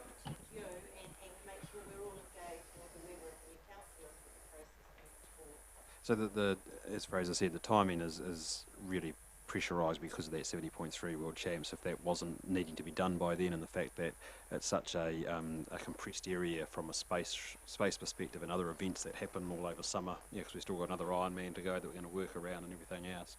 And so that's why it's really, the time frame is really tight. In fact, I think Fraser's cancelled his Christmas holidays to be able to get this thing delivered. To answer your question though, what you're doing today, what we're recommending that you do is to approve the concept plans and that budget up to that 2.6, I think it was 2.8. So that is then goes out for tender. We'll obviously get the specifics back. There is a potential that it will be more than that. We're saying that we don't think it will be because we've scoped it out good enough. If it did come back more, the first thing to do would be to renegotiate with those tenderers and try and get that price down. We would then look at scope and what we left in and what we left out and timing around that. Frankly, we couldn't at that time bring something back to another council because of the election process, because your councillors, you wouldn't be sworn in and you would be going through that process. It takes some time to be able to induct the new council, and so it would probably be a matter of staging and timing to be able to get it done as much as what we can while still meeting that time frame of the World Championship. Because whilst this isn't just for the World Championship, it's a legacy project that we were going to do anyway. It's a legacy project we're going to do anyway, but obviously it needs to be done by the World Championship so that the championship isn't through a construction zone. I guess my reticence on this is a legacy project, so you want to make sure that you've got your governance team and everyone all on board with you as you go through those key steps. I appreciate the pressure of the 70.3 and everything else that's putting on this, but we need to keep those channels open. You could just follow on from what Councillor Jollins was saying. Under the risk, you've got extended periods of bad weather. This is addressed by starting the physical works in December 19. So contingency time has been built in. So wouldn't that allow a new council to be on board before decisions were made? To me, the worry there is it could start in December 19, not necessarily in October. No, because by the time the tenders come in, they then have to be go through their assessment process, which takes time. A recommendation report needs to be prepared, which there's a process around that from a probity perspective. Then needs to be approved. Then when you approve the tender, then obviously the contractor needs to be able to mobilise, get into place, and get on site. So that all takes time.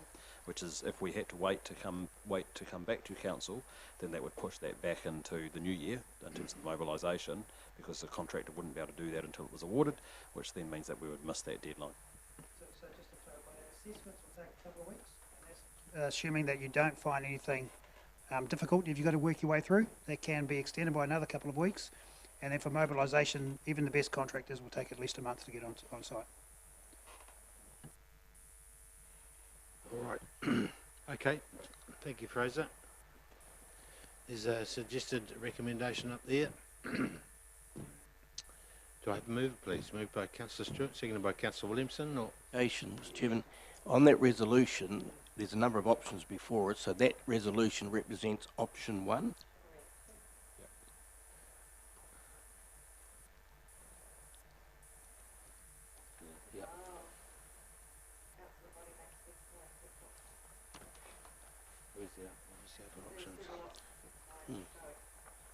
Oh, just above that it says option 1 is the preferred option. Yeah, preferred, but the resolution doesn't say that. Yep. Yeah. Otherwise, we might go for options 5, and you'd be right upset. Yeah.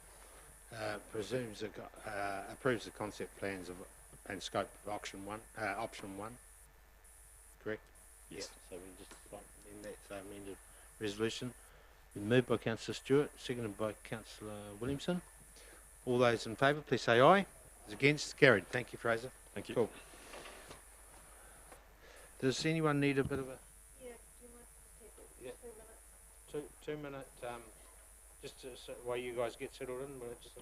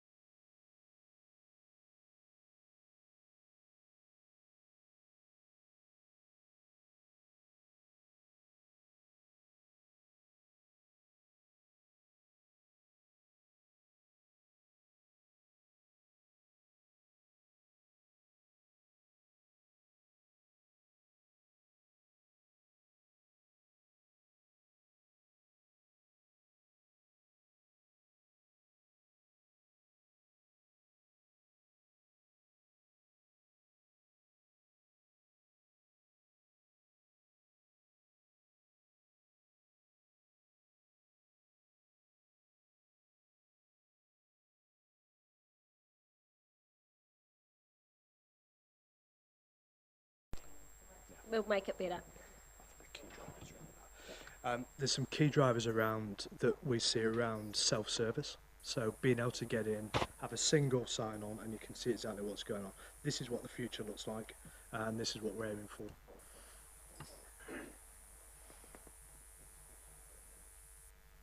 Was this not identified at the start when we approved technology 1? I wasn't. Absolutely. Sorry, Trace. Yep. Was Through it? you, Chair.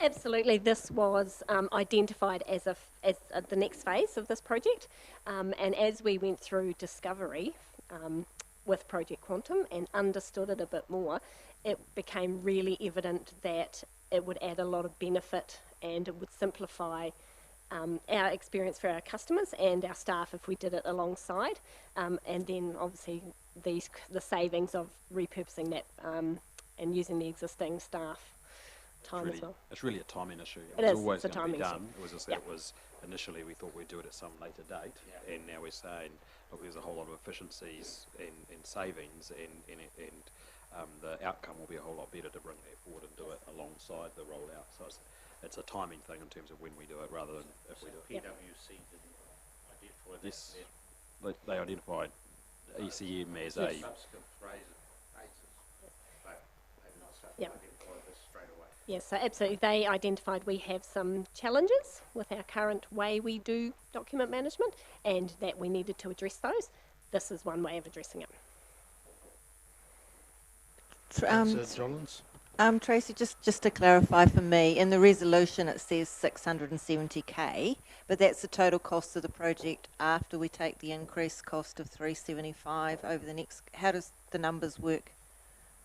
That is the contract cost. Yep, the total contract cost, The total including contract the cost over the 5 years. Sure, and you're asking for an additional 375,000. Yes. To reach that. To be placed in the next annual plan. Sure. Yep. Okay, and have you, in the process of identifying the opportunity costs and the staff time, have you quantified what you think those savings might be in the vicinity of to come with it up to that conclusion? Not. So if we were to step the team up again, you're talking hundreds of thousands of dollars. Yeah. About $500,000. And this is why, I mean, normally I wouldn't do this, but this is why we're sitting in front of you today going, this makes sense. So my advice is this makes sense financially. Yep. Yeah, and I guess the opportunity cost of their time to do other stuff, which is very hard to quantify. Yep. It is. Yep. Yep. So if we roll this in, it means we can then move on to other projects. So, So just to clarify, because just picking up on the Mayor's comment there, to roll out Quantum, we've had to mobilise essentially a whole team. So in the base, you'll see the old training room is now full of a whole lot of bodies doing this work. Those people are generally taken out of the business, and so then we've had to backfill those spots so that the business can keep on rolling. So by stopping this and starting again, we would have to essentially replicate that process. Okay. Councillor Rankin? It's logical, it's sensible, and it's cost effective, so I'm happy to move it. Okay, thank you. Through the chair, I just endorse Christine's comments. Just with the $375,000 additional unbudgeted, or was it found within the existing budget? no, there will be another $370,000 put in the next annual plan. So it's unbudgeted at the moment, or No, it's not at the moment. It will be. It will have to be budgeted in the next annual plan. So will you submit to then in the draft annual plan? Yeah. So you'll through your divisions. Yeah. Councillor Body. Your Worship, it's no more than that 670, That's the contract sum over 5 years. including this one that's going to be in the annual plan next year. Okay, thank you. Very good. Okay, been moved by. No other questions for Tracy or John? Thank you, guys. Councillor Kingy. Sorry, Your Worship. Just look, IT, I understand, is the name of the game in the modern world. It would have just been like maybe helpful for us to have seen what that difference is, like how it improves our. I mean, because I accept that you, our team, are actually the ones interfacing with this technology, but sometimes I find with these sort of things just a show of where those improvements are can actually make the world of difference for understanding. Yeah, just a comment. Yeah, and you're bang on, and I think probably at some point it'd be good to, we're not at that stage yet, but to actually tangibly show you this stuff, you'll see it's chalk and cheese. But we're not at that stage. I can, in a couple of months, I can probably show you on a phone what we're looking like, which and it's chalk and it's like night and day. I suppose, Trace, while you're here, how's it gone, the implementation of so far we are 2 months into implementation. Yep. It's been really exciting. I think the team have felt really empowered. We're doing stage 1 first, so phase 1 is HR and payroll, which obviously affects every single person in the organisation and you yourselves here. So, you know, that's gone really, really well. I think the team are really excited by the opportunities that's going to create, and we'll work through and around how we communicate those to everyone, because there is certainly some exciting things coming. So payroll's on the new system already? They will be going live in November this year. Okay. All right. Sorry, I just got a bit of indigestion.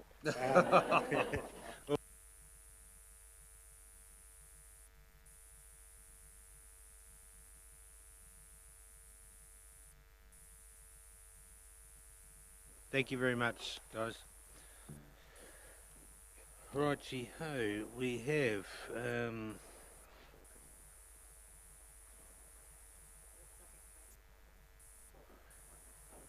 5.7, sorry. Delegation authority to the CE for Council Administration Building Professional Services Contract, Mr. Philip King. Good afternoon, Philip. Good afternoon all. Thank you for taking the time to meet, and just since we last met in late June when you passed a resolution to build a new civic administration building at 61 to 67 Taupo Street with 2 floors of underground parking, we've been getting on and getting that project underway. And as we talked about during the process, we've engaged and supported by Audit New Zealand, we've engaged a procurement specialist to give us some advice around how we go about procuring the professional services and the construction contracts to get this project underway. And we are developing a strategy which we're working with Audit New Zealand with at the moment to get their final tick-off with it before we go to the market. We intend to be in the market in August to attract architectural, engineering and quantity surveying type services to assist us get to a point. And those contracts will be available for signing around September, October this year. The idea of it is that when your first council meeting comes back in 2020, we will have concept designs for you, either the first or second council meeting, concept designs for you to be able to discuss, agree upon, provide feedback so we can move into the more detailed type designs. To allow that to happen, we're likely to have contracts that are coming above CE's delegation. So we're just looking for the ability for our CE to approve with support of the project team and Audit New Zealand and others who are helping us with the probity to engage these design teams, the architecture, specifically engineering and quantity surveying, so that we can continue to build up the planning phase so that when you come back together in 2020, we'll be able to deliver you something that you can make a decision on so we can continue to proceed. Thank you, Philip. Makes sense. Keep the ball rolling on this, certainly. And no doubt the CEO will sort of keep in touch on it anyway with us also as to how it sort of pans out, but certainly makes sense to me. Any questions of Philip? No? All right. Sorry, I'm just going to be difficult because it's late in the day. Look, I completely see some of the logic in this. The thing that, the point I wish to raise is, and probity aside, processes aside, this is a significant project in this district's future. And a key part of that is the selection of the architect and the organisation that we choose. And I think it's from a governance perspective, we should be involved in that discussion because it's a duty of care as governance to set the direction. And I think a key part of that is talking and being part of the decision-making process for the choice of the architecture. Sorry, I can't even speak, it's getting late in the day. the architectural company that we use, because I think that sets up a tone and a flavour and a direction. So that is a part of the process in terms of governance and the role that I'm in now or whoever's in the future, I think we should be involved in. And also, I guess, the duty of care to Gareth, it's a huge responsibility to put on his shoulders, that's all. Any thoughts around the table? So just before you do, through Mr. Chairman, I don't want to disagree, but one of the, if you think back to the Audit New Zealand reports that you received as a result of the process to date, one of the very strong recommendations, or one of the only criticisms that were of the process to date, was the fact that governance sat round and appointed Warren Mahoney last time. So you went through the selection process. Audit said that was wrong, and that because you are governance, and so you shouldn't be in the selection of the services, the same as you aren't when we're out for a contract for a water pipe or for a road, and that should go through a closed process with the experts in the room, and the experts being a procurement person, an engineer, a quantity surveyor, people who have the skills and ability to do that. So that was a very clear criticism, if you like, from that Audit New Zealand made last time, and the conversations that we've had with them just recently is that they would, for something like this, they would be very, very nervous having governance involved in that. The governance role is about approving the finances on the recommendation of that panel, of the group, which is the step that we're saying, because of the election, you don't have here. I would love to have a robust debate about that. And I know that we've got some other challenges around the lakefront in terms of our work. Well, so this is a bonus progress. So this is still on track. This won't be. Well, none of this project will be impacted by any of the other work that we're undertaking. We have Philip as a dedicated project manager. It's got its own project team around it, so it's totally unimpacted. Councillor Kingi? Yeah, thank you, Worship. Yeah, look, I have to echo very similar sentiments around this this particular paper, and it really does relate to all the things that are happening at the moment.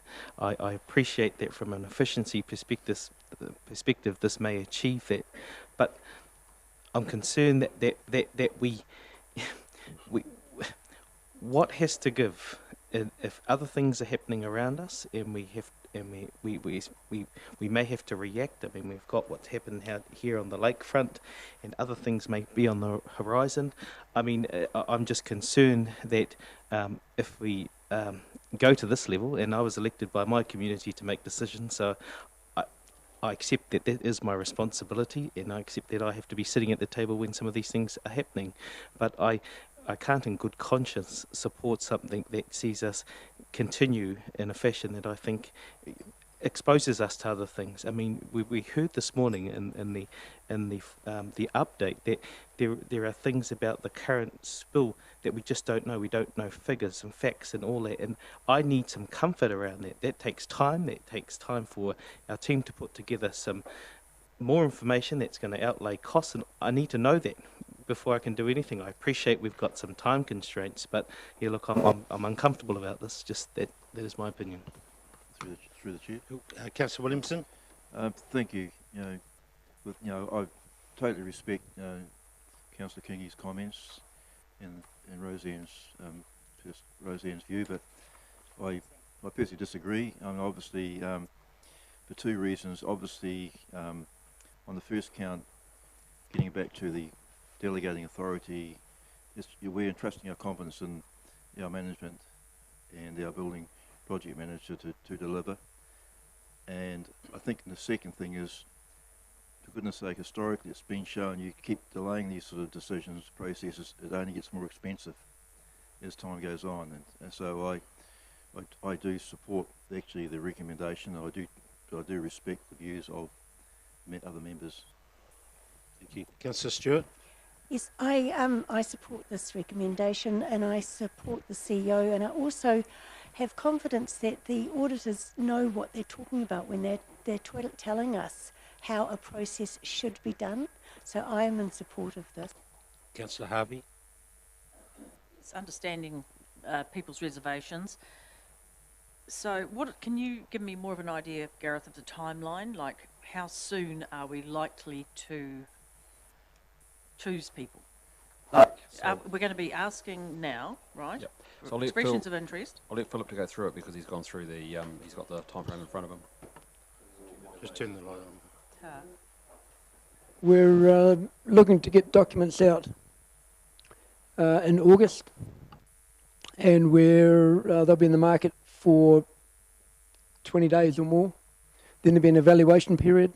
Then there'll be a recommendation once we've evaluated, and a selection, which is going to land us late September, early October, right on the elections, basically. So what we want to be able to do is to proceed. This is still just the planning phase. This is still just getting concept designs developed so that we're able to bring those concept designs to the council in your first meeting in 2020 or soon after to say, look, here's the concept designs that we've knocked up. Here's the state of the project to date. How would you like us to proceed? Any way that before the elections, when's the last council meeting? September. Next month.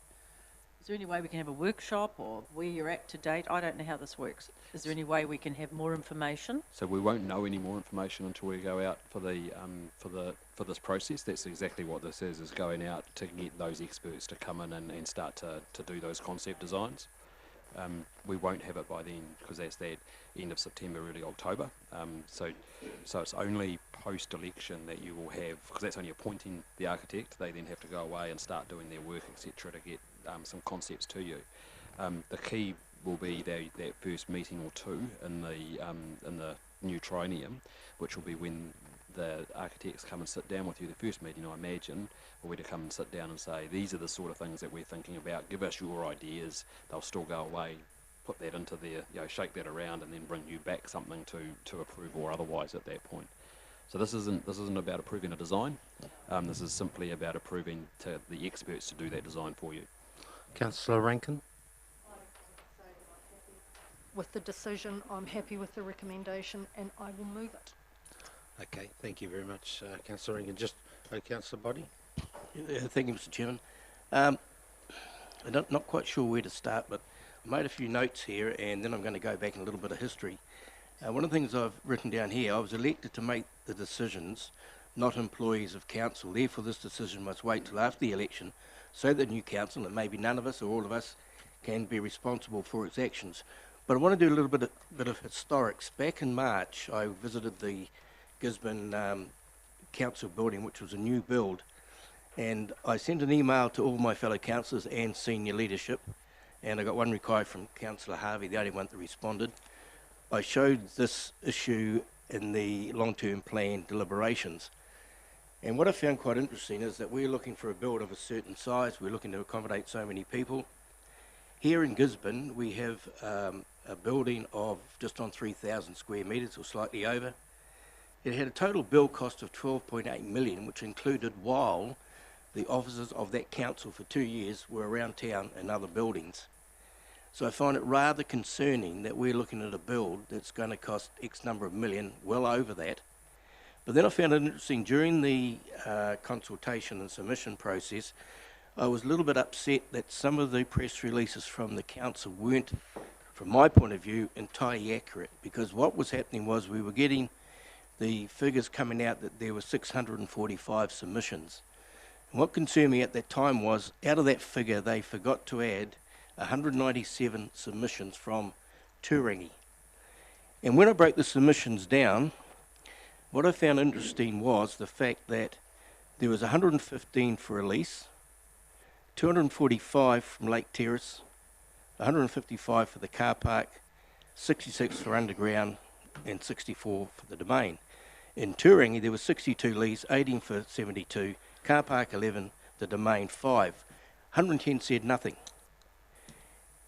And what I found also interesting, when I looked at those of that 800 and something submissions, 66 plus the 5, what did I get to? 68 wanted an underground car park out of 800, to then also receive a document that was printed on the 28th of May that we had when we did our deliberations, and it said quite clearly, and I'm going to read it again because I read it last time. Irrespective of the option selected for the for the cab location, There is sufficient parking supply in the town centre to accommodate 20 to 25 years of growth, subject to effective wayfinding and parking management. For this reason, and due to the small effect on overall supply, the underground car park at 2 Whai Robert Street location is not considered to be essential. And I also got from Mrs. Jakes the cost of our existing leases for our 7 buildings. And what I found quite fascinating, I think they came in on the 1st of July, I found quite fascinating that only a couple had gone up. Some include telephone and power, but it works out at $463,984 a year for 2,500 square metres of space. And this is part of my concern that we're going to make a decision that could even be overturned by another council. And I've written down here that decisions need to be made by the new council, what our priorities are with these large cost increases, especially when we consider the new build for the Arts and Museum and a playground of significance. As Councillor Kingy has said very, very clearly, we do not know what's going to happen in the future, and to see our debt going up to maybe 170 or 180, I find not acceptable. So I will be voting against this resolution. Through Mr. Chairman, just quickly, I'd just like to point out is you've been through a long-term plan amendment which approved for the building. It's actually improper at this stage to be relitigating that. It's not the purpose of this item. This item is about appointing designers. We have a approved project in the long-term plan. The only way that can change is actually for an amendment to the long-term plan to pull it out. At the moment, this item is just giving effect to the project which is approved in the long-term plan. I've got a right to express my concerns. Thank you. Right, thank you very much. Councillor Hickling. Yeah, Your Worship, the decision's been made. The council's made the decision, whether it was unanimous or not is immaterial. The council's made a decision to actually build a new car building on 2 Whai Street car park. End of story. Thank you. All right, just want to add just a couple of comments, and I know the resolution, but you know, we as a council are very much business as usual. We are carrying on. You know, Mr. Strongman did alert to a couple of pressures of his engineers, and I appreciate that. But the day-to-day business of this council and the economic growth and the people's well-being carries on in this district. We do not stop because we've had an issue. We keep going. So, with those words, it's been moved by Councillor Rankin, seconded by Councillor Stewart. All those in favour? And those against? Yep. Cool. Okay, the recommendation is moved. Thank you. Passed. Just if we could just add to the minutes there, maybe we'll just record that the project has just got your authority to continue to get us through to the point that we can bring you these concept designs and we can just box on as you say, business as usual. Yeah, cool. All right, thank you very much, Philip. Right, 5.8. Receipt of final statements. Yeah, I hope this is quite Thank mechanical. So Jess normally does this, but she's with the boys today. So you've had these before. This is just a mechanical item. I'm hoping just to approve the statements of intent. Okay. Have we got it up here? We haven't got it up here. No, that's right. Okay, been moved. Is it? So, second. Any questions, John? So moved by Councillor Boddy, seconded by Councillor Williamson. Do you mind if I just make a quick comment? Yes. Just it's nothing to do with this, but just I'm not sure if you're aware, but the PGF application for the airport went in yesterday. 10.8 mil, so we'll just less the council contribution. So that's in train now. We'll just see where we get to. Cool. All those in favour, please say aye. Against, carried. 5.9 Treasury Management Policy Review. Neil.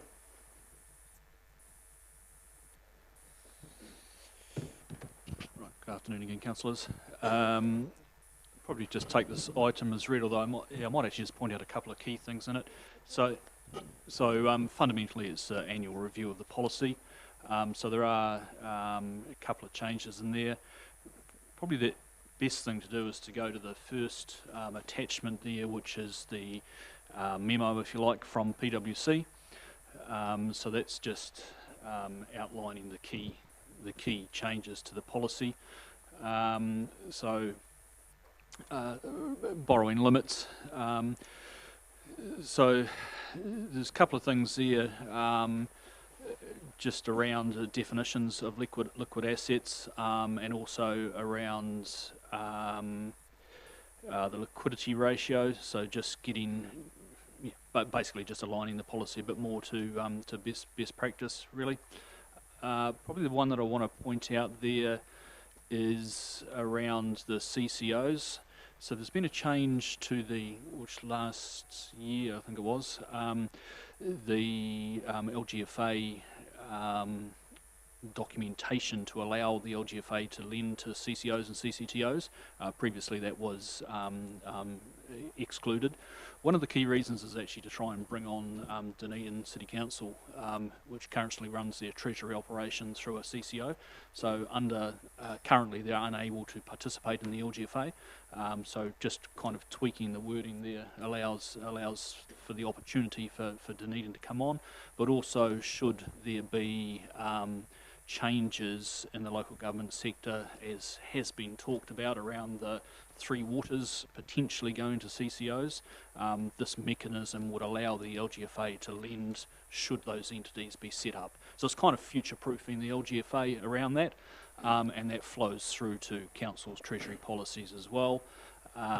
So that's just a little bit of information around that. What was the other thing I wanted to point out there?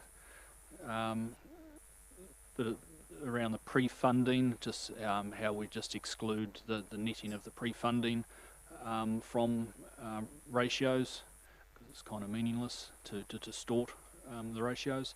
And the other key one there really is a change to the interest rate risk control limits. You'll see the graph on there, which just shows a declining, like an escalator going downhill.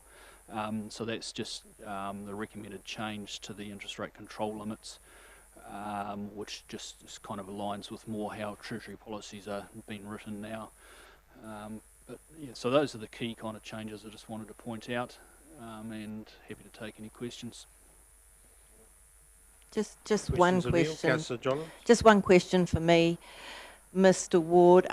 These proposed changes that have been put forward to us, do you see any changes in our risk appetite? Do they change because we have a low appetite for any financial risk, it's in our risk charter. Agreed. These changes don't expose us to any increase in risk? Absolutely not. Absolutely not. Good, that's the answer I needed. Thank you. Very good. Thank you very much. Thank you for clarifying the CCOs and the CCTOs. If the funding was required for them, would the answer you gave to Councillor Jolland be the same? It would be? Yeah, okay. It would be. Yeah. On so I'll just probably expand on that a little bit. Any lending directly to CCOs has to go through the LGFA process, and the board of the LGFA has to sign that off. So one of the things that they're looking to do there as part of that sign-off process is to look at any risk that's there, and then they would decline if they thought there was taken on more risk, because you've got to remember the LGFA is looking after the shareholders, which is us. So yeah, there's a process that goes through there into. Yep. Mr. Chairman, I'm interested in some of the changes on the wording. In 3.5, it talks, the old one said proposed new funding, and now it talks about external borrowing. Are they the same thing? Or was the funding before internal? Because you can't internal borrow, can you? Sorry, I'm just. Well, you can. 3.5. You can, but we don't. So some do. Lots of councils do. Yeah. Yeah. Some. Yeah. Sorry. 3.5 of the item, was it, John? Yeah. 3.5 about the third line up. It goes proposed new funding. That's been crossed out. Now external borrowing requirements. Just trying to catch up. Sorry.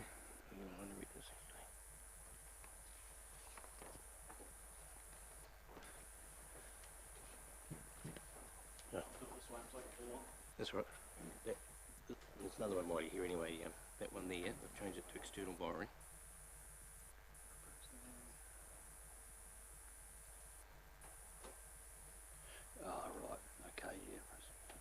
I think it's just it's clarifying Okay. the word. Well, there's one over here as well, Neil, while you're there. Oh, sorry. So, unencumbered assets, is this not physical? What's the definition of the asset? Oh, yeah, okay, so in terms of liquid investments, when you're talking about unencumbered assets, really what they're looking for there is that you can cash it into settling the obligation straight away. Cash is an unencumbered asset. Okay. And just finally, Mr. Chairman, there is one spelling mistake. I won't pay PwC's fee then if they've done that. Right. It just reads, or other significant, E-V-E-N, it should be event. Okay, I'll get that one off you later, thanks.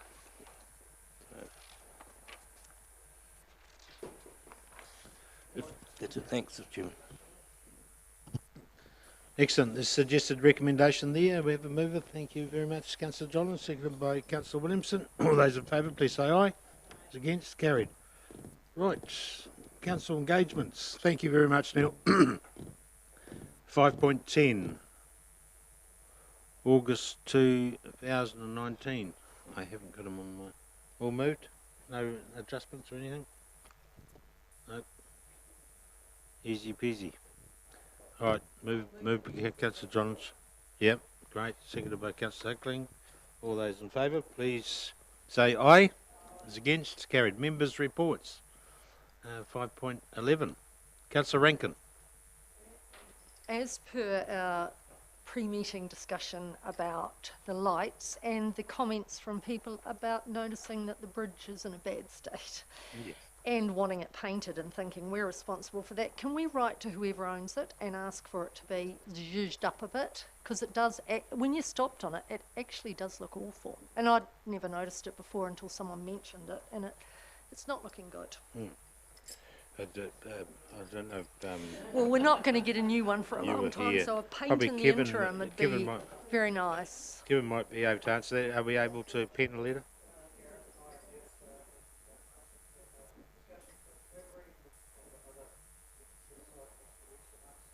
Yeah. Couple of weeks' time.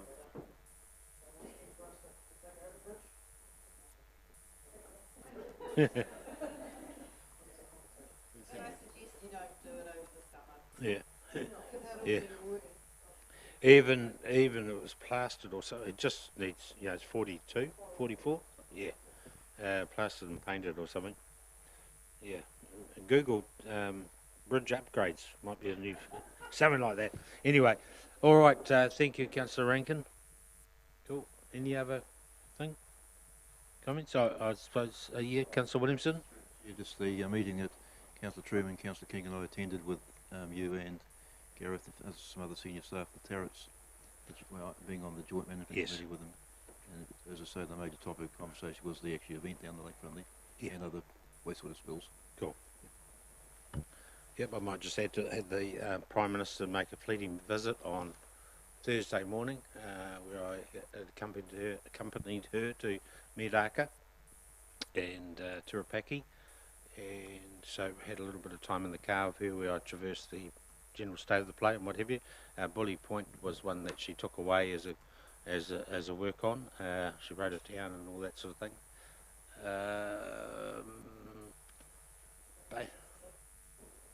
Yes, I did. Yeah, she remarked that I was one of the better looking mayors in the country. Apart from that, sure, she tried to rub in. Anyway, no, what happened was, so basically she'd like to come back and do it at some stage, which would be always welcome, but she is aware of our PGF applications too. She comes here quite often under the radar. Holidays here, so that's always good to know. I was just brought up in Murupara, just up the road, so she knows exactly, what's what. We traversed issues around, the state of the play in Mango and Turangi, Kinloch. She'd heard about the growth in Kinloch. Housing, obviously. Yeah, airport, yes. Well, she saw the congestion firsthand, which is quite handy. It was a full plane that got off. So, so lucky Gareth was there at the same time, so he got to meet her as well, which was good. I had something else there. the PGF applications. What was that? Bully Point, yeah. No, she didn't bring the baby. She thanked me for the flowers that we sent as a council to her for the arrival of the young one. I had something else then, but I just can't remember. But wants to come back and do a full... Housing Corp. She was aware of Housing Corp's 9 new houses in town that they built. You might have seen them going up. Yeah, around the trips. Yeah, units. Yeah. 3 on a section. There's two. There's one just up here next to Tiny Dean's place. And Norman Smith. And up Tahadipa Road. Up the top there. Yeah, which is local, which happens to be he's got the nationwide contract too. Penny Homes, yes. He's building 40 odd in Takanini. So, anyway, she did mention that the problem was that the numbers they mentioned, 10,000 a year was just, if they built 50 in a year, they would have been heroes. But they got the numbers wrong. So, anyway, that was that. Sends her regards. And she was off, she went from here to Te Awamutu and then out to the Tokelau Islands, so the life and times of the Prime Minister. So, no, that was good, but she wants to come back and do a full visit. Wants to do commercial visit, tourism, geothermal, and obviously social services. Wairo House. Buy a house, yeah, I'm not too sure. So that was that, all right. No other members' reports? Yes, Councillor Truman. Yeah, just to say that we had our first Mangakino Lake Hop and it was hugely successful. Yeah, had over 200 cars there. It was great to see our CEO come out as well, his family. Yeah, so Picture your head from way back. yeah, no, it was such an amazing first time event. So yeah, big ups to the organisers. Yeah, great. Was it local organisers? Yeah, local organisers. Yep. Wow, good. That was really good. Brilliant. Okay. Were you happy to move the members' report there, was there? Thank you, Councillor Truman. Seconded by Councillor Kingy. All those in favour, please say aye. Those against? Carried.